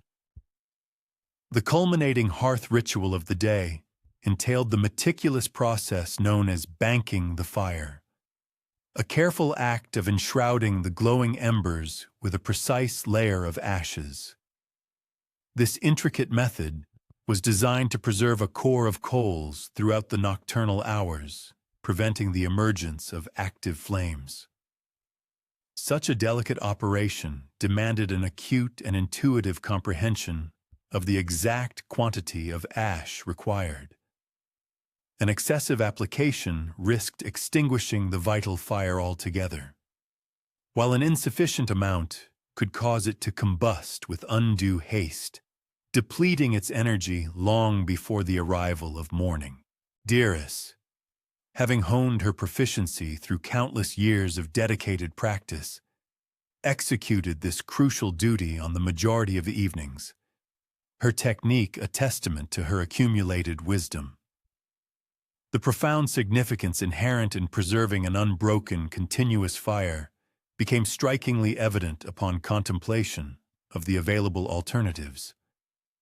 Should a domestic hearth fire unfortunately expire entirely, it could not be nonchalantly reignited through rudimentary friction techniques, which were acknowledged as both arduous to perform and inherently unreliable. Instead, the sacred flame had to be ceremonially retrieved from an external source, most advantageously from the community's perpetually tended public hearth, housed within the Prytaneum, or civic town hall. This act transcended mere pragmatic expediency.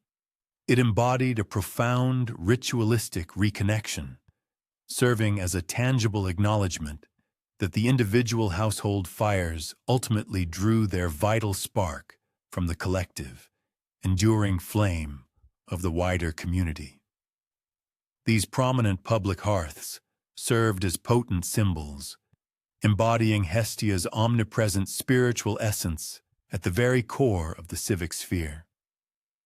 In the illustrious city of Athens, for instance, the venerable public hearth, situated within the Prytaneon, was meticulously maintained to burn without cessation, its eternal flame vigilantly tended by specifically appointed officials. When groups of intrepid colonists embarked upon their journeys to establish nascent settlements, they conscientiously transported a portion of this sacred fire from the original Athenian hearth to their new geographical location, thereby ensuring an unbroken, enduring spiritual and cultural nexus with their community of origin. Consequently, Hestia's revered fires wove an intricate tapestry, linking individual families to their broader communities, connecting these communities to their ancestral past, and binding nascent colonies to their venerable mother cities, thereby forging an indelible continuity that transcended both spatial and temporal boundaries. The sustained upkeep of these esteemed public hearths necessitated a more formalized array of rituals compared to the simpler observances within private households, yet their fundamental essence remained rooted in the pragmatic and continuous labor of fire tending. In certain polis, this solemn responsibility was entrusted to young women in the innocent years preceding their marital unions, or conversely, to older women who had passed beyond their childbearing age. In other urban centers, male civic officials bore the primary oversight of the sacred flame, though frequently they were supported by female assistants who performed the actual hands-on tending. These were not illustrious religious positions adorned with elaborate, showy ceremonies. Rather, they demanded a steadfast, daily commitment to service, characterized by unwavering patience and an unwavering, consistent attentiveness to the perpetual flame. Returning our focus to Dirce's tranquil abode, with the hearth now meticulously banked and secured for the impending night, and profound stillness enveloped the entire dwelling. The final individual to withdraw for slumber paused momentarily beside the banked fire, perhaps allowing their hand to gently brush against the still warm stones of the hearth's perimeter, or perhaps uttering a soft, whispered valediction to the unseen, watchful presence that would silently safeguard the household throughout the long hours of darkness. Even in their repose, the family members instinctively maintained their orientation around Hestia's sacred domain, their sleeping quarters having been traditionally arranged with a conscious and reverent reference to the central position of the hearth. The tangible edifice encompassing this family, comprised of robust wooden beams, solid stone walls, and protective clay roof tiles, undeniably offered essential shelter from the elements. However, it was indisputably Hestia's sacred fire that possessed the profound capacity to transmute mere shelter into a genuine home, imbued with soul and warmth. Should the family ever find it necessary to relocate their residence, they would ceremonially transport a portion of this very fire from their existing hearth to their new dwelling, thereby guaranteeing the unbroken continuity of the same divine presence across distinct physical locations. This deeply ingrained understanding of home as fundamentally centered upon a sacred, living fire, rather than being solely defined by its physical architecture, profoundly influenced Hellenic notions of belonging, rootedness, and the poignant experience of displacement. To exist without a personal hearth and a true home signified far more than merely lacking material shelter. It symbolized a profound and unsettling disconnection from the fundamental divine-human relationship that served as the very anchor for individual identity within the intricate fabric of family and the wider community. One might perhaps feel compelled to contemplate the analogous focal points within one's own contemporary living environment. Those elements that serve to centralize and coalesce activity, those requiring consistent and attentive care, and those profound aspects that metamorphose a mere structural entity into a truly meaningful and cherished place. While a negligible number of modern domiciles incorporate actual literal hearth fires, the innate human yearning for a sense of centering and the intrinsic sacredness attributed to the concept of home has endured as an unwavering constant throughout the annals of centuries. For the concluding segment of our exploration into the more understated facets of ancient Greek daily existence, let us now direct our collective focus towards the intricate network of waterways that seamlessly interconnected the geographically dispersed regions of the Hellenic world.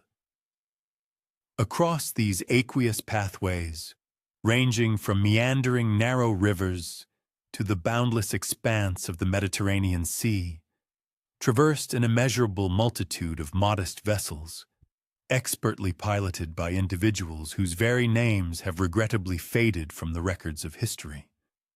The unassuming boatmen who diligently conveyed legendary heroes, astute merchants, devout pilgrims, and ordinary travelers alike.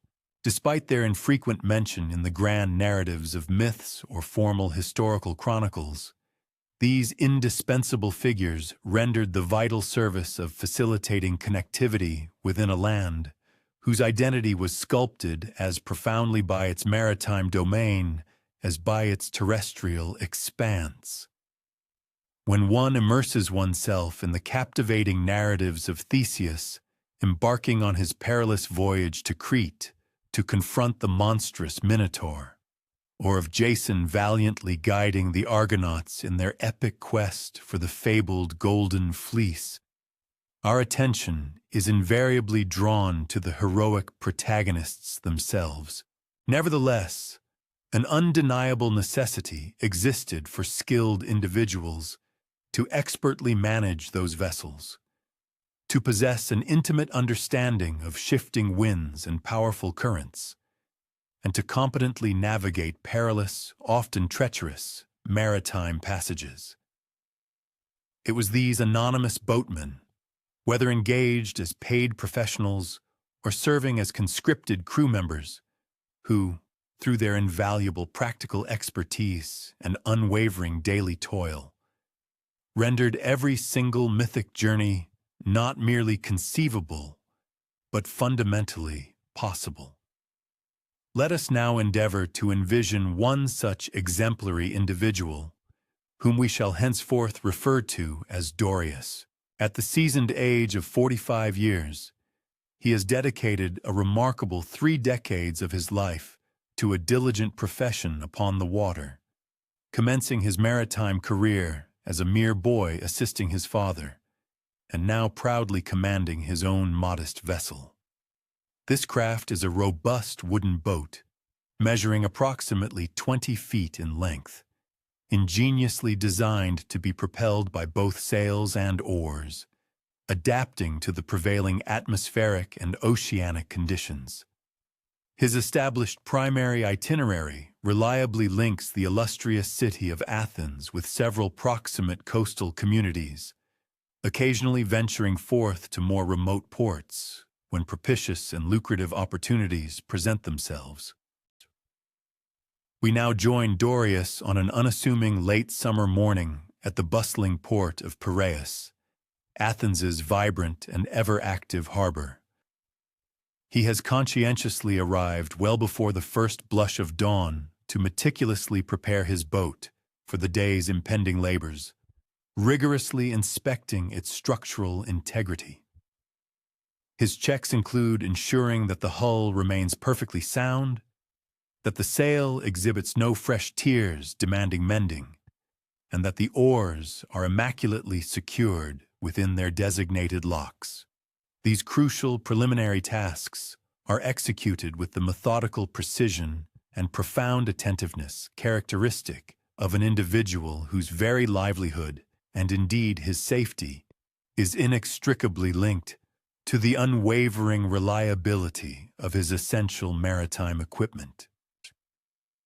His unassuming vessel, though modest in its outward appearance, nonetheless embodies the zenith of generations of pragmatic design evolution, a testament to centuries of maritime ingenuity. Its expertly conceived shape ingeniously harmonizes the critical attributes of stability with swiftness, and the depth of its draft with its vital carrying capacity.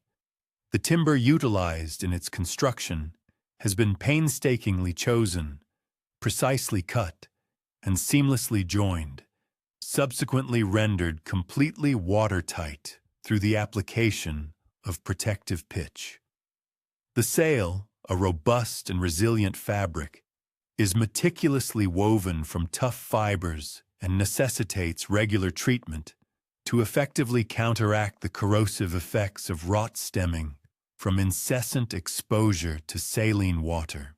Each intricate element of the boat profoundly reflects an accumulated reservoir of practical knowledge, diligently transmitted from one seasoned boatman to the next, a wisdom seldom codified in written form, yet assiduously preserved and perfected through continuous, hands-on practice.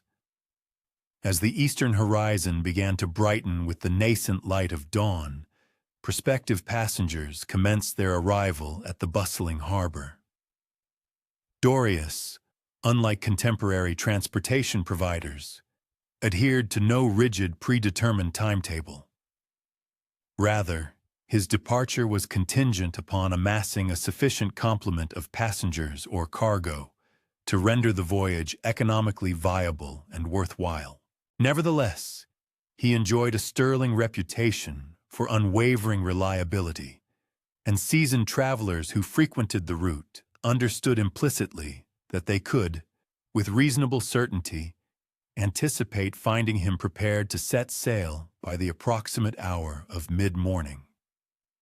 The inaugural passenger of the day proved to be an astute merchant named Critias, whose immediate requirement was passage to a coastal town situated approximately 4 hours' journey distant. He was in the process of conveying delicate samples of exquisite Athenian pottery intended for display to prospective buyers. While not a voluminous consignment, its inherent value was considerable enough to readily warrant the associated transportation fee. Dorius, with characteristic diligence, assisted him in meticulously stowing the fragile samples within the boat's compact, covered compartment, a space specifically designed to shield them from any potentially damaging sea spray.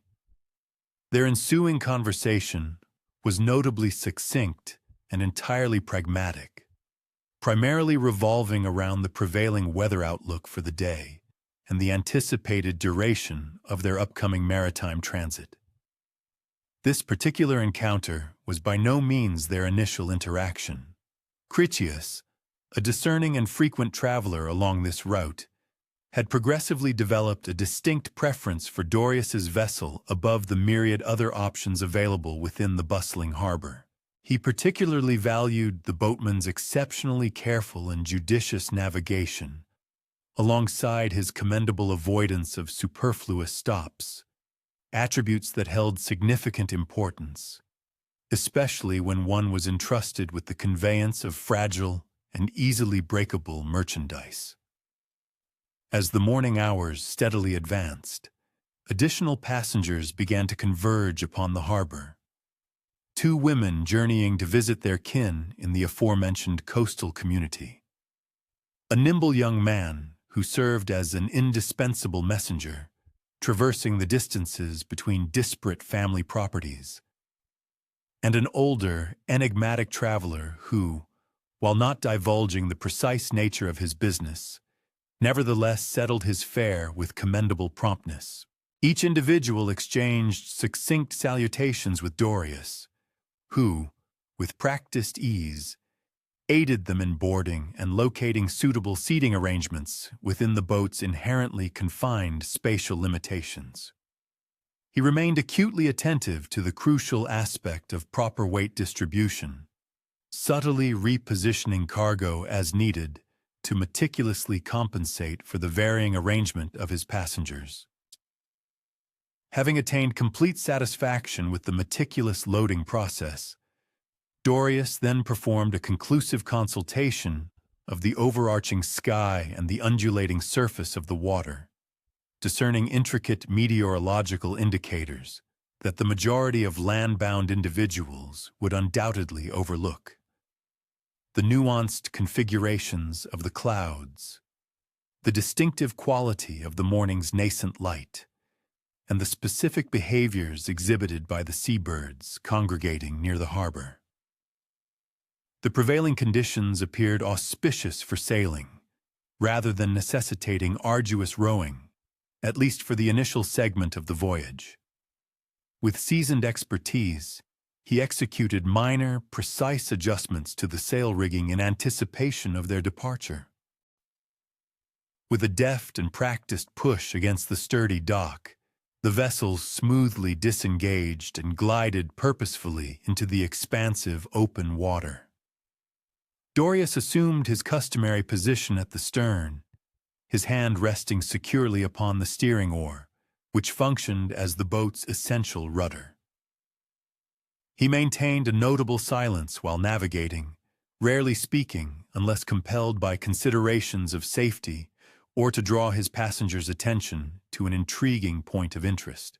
His entire concentration remained intently fixed upon his demanding work, meticulously monitoring the precise direction of the wind, keenly observing for any subtle alterations in the water's coloration that could betray the presence of unseen hazards, and maintaining an unwavering awareness of the multitude of other vessels sharing these frequently congested maritime thoroughfares.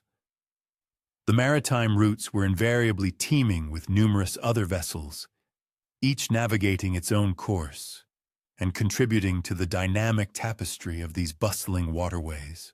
These shared aquatic thoroughfares presented a constant demand for vigilance and expert handling, as a multitude of boats, from small fishing skiffs to larger merchant ships, traversed the same liquid paths, creating a vibrant yet potentially hazardous environment for all seafarers.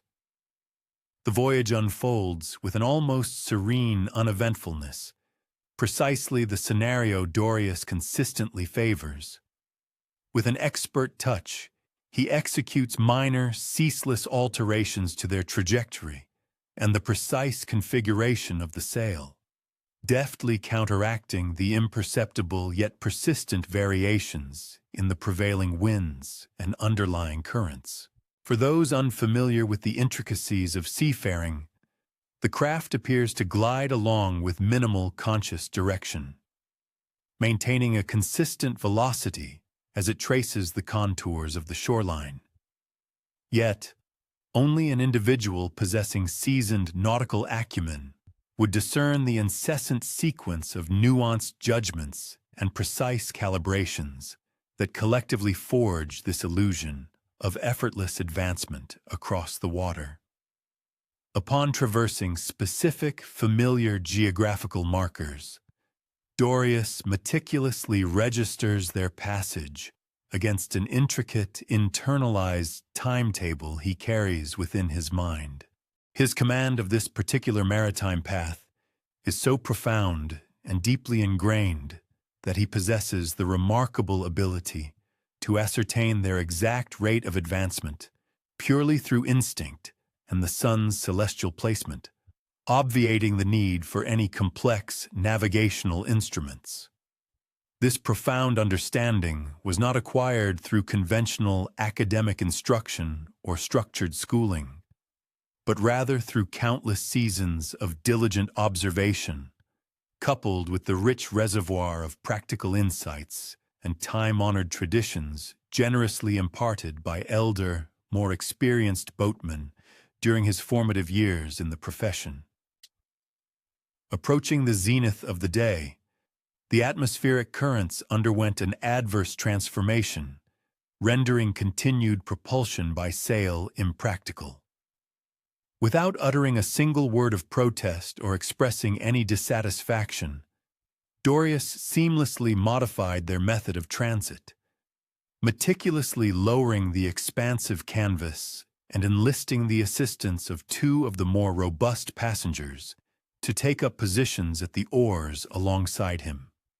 This pragmatic shift, from harnessing the wind's energy to the more laborious act of rowing, was not framed as an unwelcome disruption or a source of vexation, but rather as an inherent and utterly natural adjustment, an intrinsic component of the dynamic responsiveness demanded by the ever-mutable nature of sea voyages.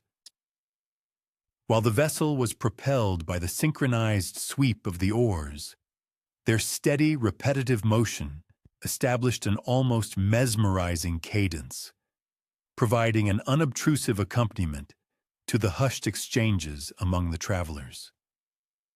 The official messenger, for instance, engaged in a gentle discourse, relaying recent tidings to the visiting women, while the merchant, from time to time, drew attention to noteworthy characteristics of the unfolding panorama along the coast.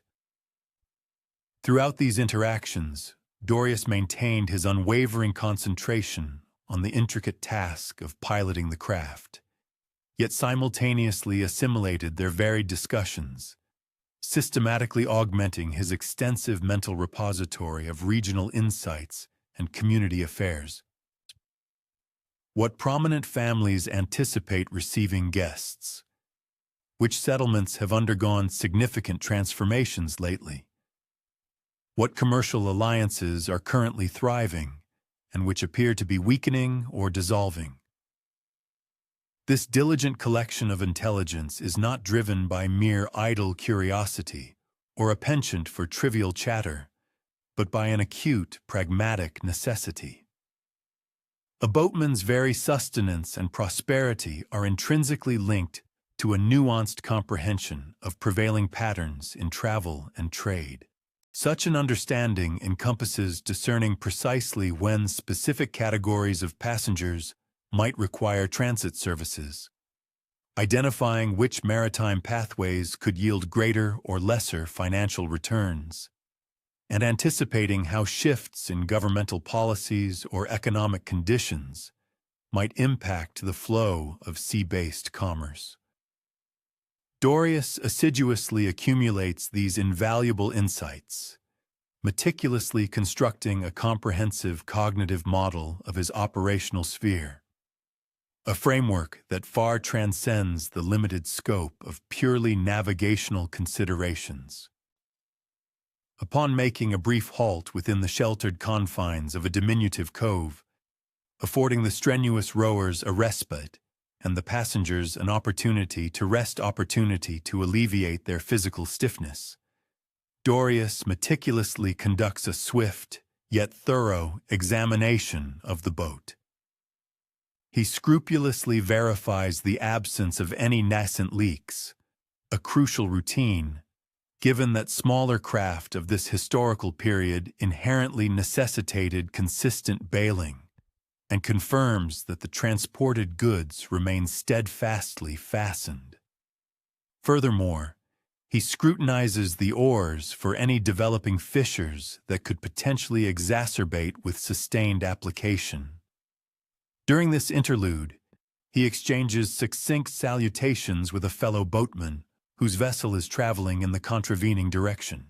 Their verbal interaction, though remarkably concise, is replete with vital intelligence, encompassing details about the prevailing water conditions further along their routes, the potential presence of any more substantial ships requiring cautious navigation, and whether the harbor administrators at their respective ports of call appear to be levying their charges with an unusual degree of zeal on this particular day.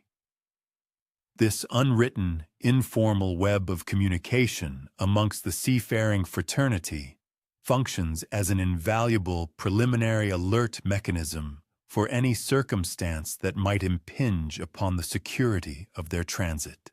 As they recommence their voyage, now benefiting from a more propitious breeze that permitted a reversion to the efficiency of sail power, one of the female passengers subtly inquired of Dorius whether he had encountered any particularly intriguing individuals among his recent clientele. Such an elliptically phrased query frequently functions as an unspoken invitation for boatmen to recount anecdotes concerning remarkable passengers or memorable occurrences. Dorius, in turn, furnished a succinct narrative detailing the conveyance of a distinguished sculptor and his almost finalized artistic creation. A substantial marble effigy that had necessitated an intricate and meticulous fastening arrangement to safeguard it against any potential harm arising from the boat's inherent oscillations. His manner of recounting the tale was decidedly subdued, emphasizing the pragmatic complexities and logistical hurdles rather than dwelling on any inherently dramatic or sensational aspects. This reserved approach mirrors a pervasive inclination among seasoned professional boatmen to prize voyages characterized by placid regularity above those marked by thrilling or extraordinary incidents. Within the rigorous confines of their occupation, excitement almost invariably signified peril, unforeseen challenges, or arduous circumstances. Consequently, the most commendable and successful journeys were those that could be succinctly encapsulated by a straightforward declaration. We set forth, navigated the waters, and reached our destination without incident, precisely as anticipated. With their arrival at the intended port drawing near in the late afternoon, Dorius meticulously redirected his complete focus towards the intricate procedure of disembarkation. The specific harbor at hand presented a more modest scale compared to the expansive Piraeus, offering a considerably sparser array of purpose-built mooring facilities. He painstakingly evaluated the prevailing water depths, the disposition of other craft already fastened, and any conceivable impediments before judiciously selecting his optimal trajectory for approach.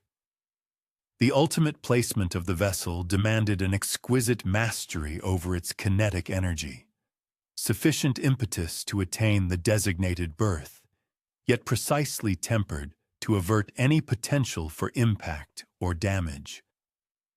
Having successfully and securely moored the boat, Dorius then extended his assistance to both the passengers and the freight as they prepared to disembark, exhibiting the identical meticulous solicitude he had previously demonstrated during the initial loading phase. He engaged in a concise discussion with Critius, the merchant, to ascertain the anticipated requirement for return transportation, thereby aiding in the meticulous scheduling that would both permit the thorough presentation of the samples and guarantee their departure, while ample daylight still illuminated the skies for a secure passage. Having fulfilled his obligation of conveying the outbound travelers and their consignment, Dorius's immediate imperative shifted to procuring a compensatory return payload, an essential step to ensure the financial viability of the entire round voyage. This endeavor could entail patiently awaiting individuals who had made prior arrangements, actively soliciting new fares from those conspicuously present at the harbor's edge, or diligently consulting with established patrons within this specific port who might possess ongoing transit requirements. On this particular occasion, he successfully located a farmer desiring the conveyance of several substantial oil amphorae to Athens, a commendably uncomplicated cargo that promised to distribute its weight advantageously within the confines of his craft. During the interim preceding his appointed time for departure, Dorius diligently engaged in a series of minor yet crucial upkeep activities, meticulously resecuring a section of rope exhibiting signs of fraying, carefully inspecting the points where the sail was affixed for any indications of abrasion or weakening, and executing small restorative repairs to a timber seat that had sustained a hairline fracture. These continuous, seemingly insignificant adjustments serve as a proactive measure, effectively averting the escalation of minor defects into more substantial issues, thereby significantly prolonging the operational lifespan and overall serviceability of the boat. Additionally, he seized this opportune moment to stroll towards a conveniently located purveyor of foodstuffs, where he procured a modest repast consisting of plain bread, a portion of cheese, and salted fish. His dietary preferences, much like the majority of his professional routines, were dictated by an unwavering commitment to utility and efficiency. Selecting provisions that possessed excellent keeping qualities, demanded no elaborate culinary preparation, and could be consumed expeditiously while simultaneously allowing him to maintain an unceasing vigil over his craft.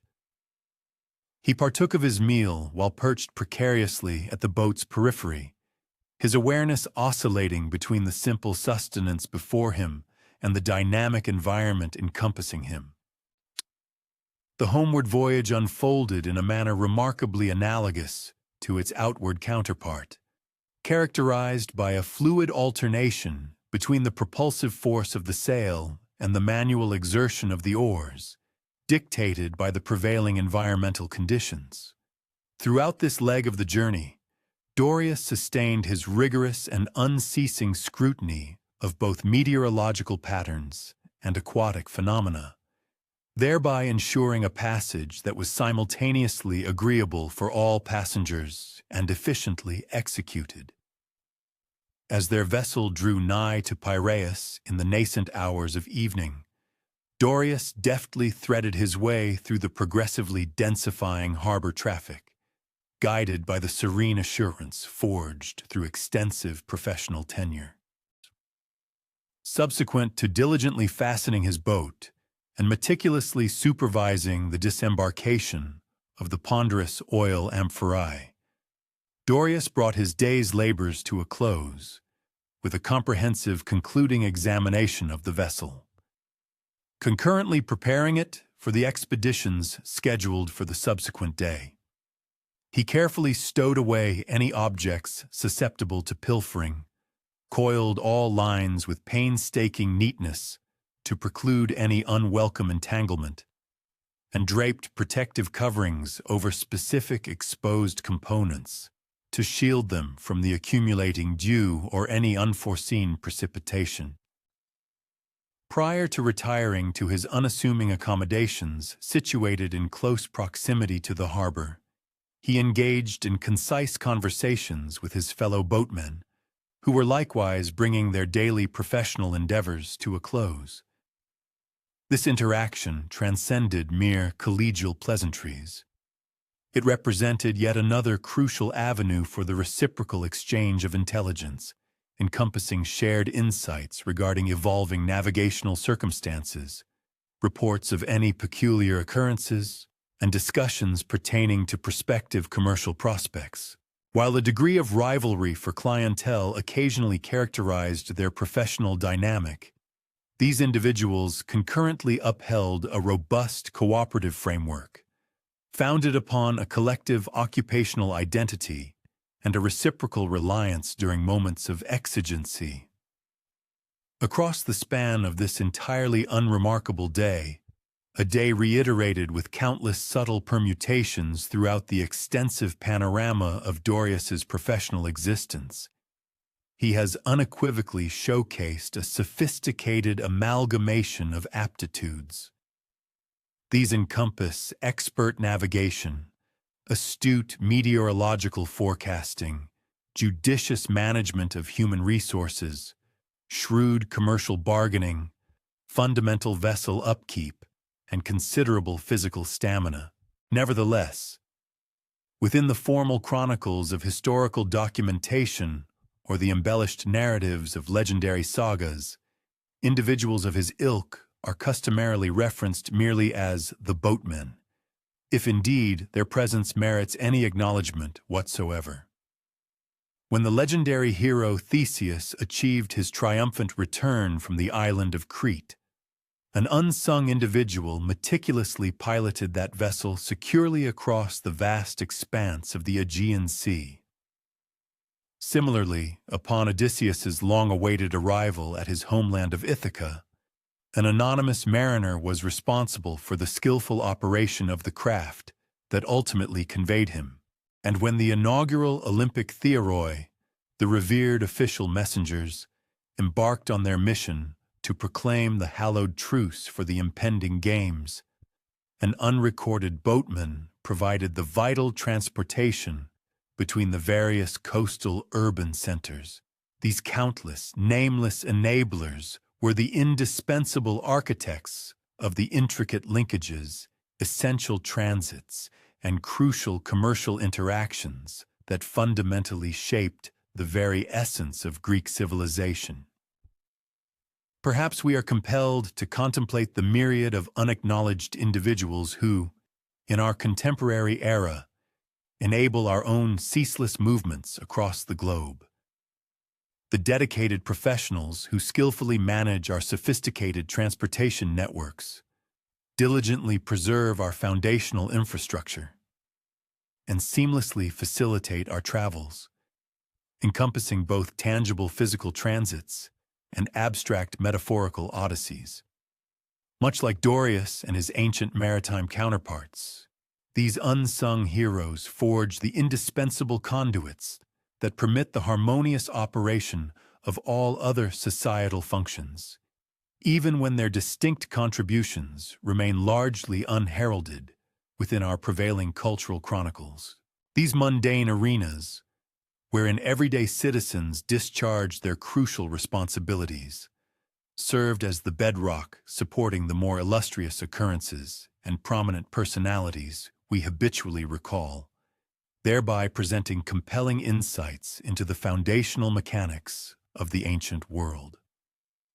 The ongoing intellectual pursuit of revising and enriching perspectives on the ancient world remains a dynamic and crucial facet of contemporary scholarship. Esteemed academics and researchers across a spectrum of disciplines are perpetually unveiling novel insights and rigorously challenging previously entrenched narratives, thereby significantly broadening our collective comprehension of bygone civilizations. This vibrant intellectual endeavor is frequently propelled by groundbreaking archaeological discoveries, the innovative application of sophisticated scientific methodologies, and an increasingly inclusive analytical framework that transcends conventional geographical and ethnocentric boundaries.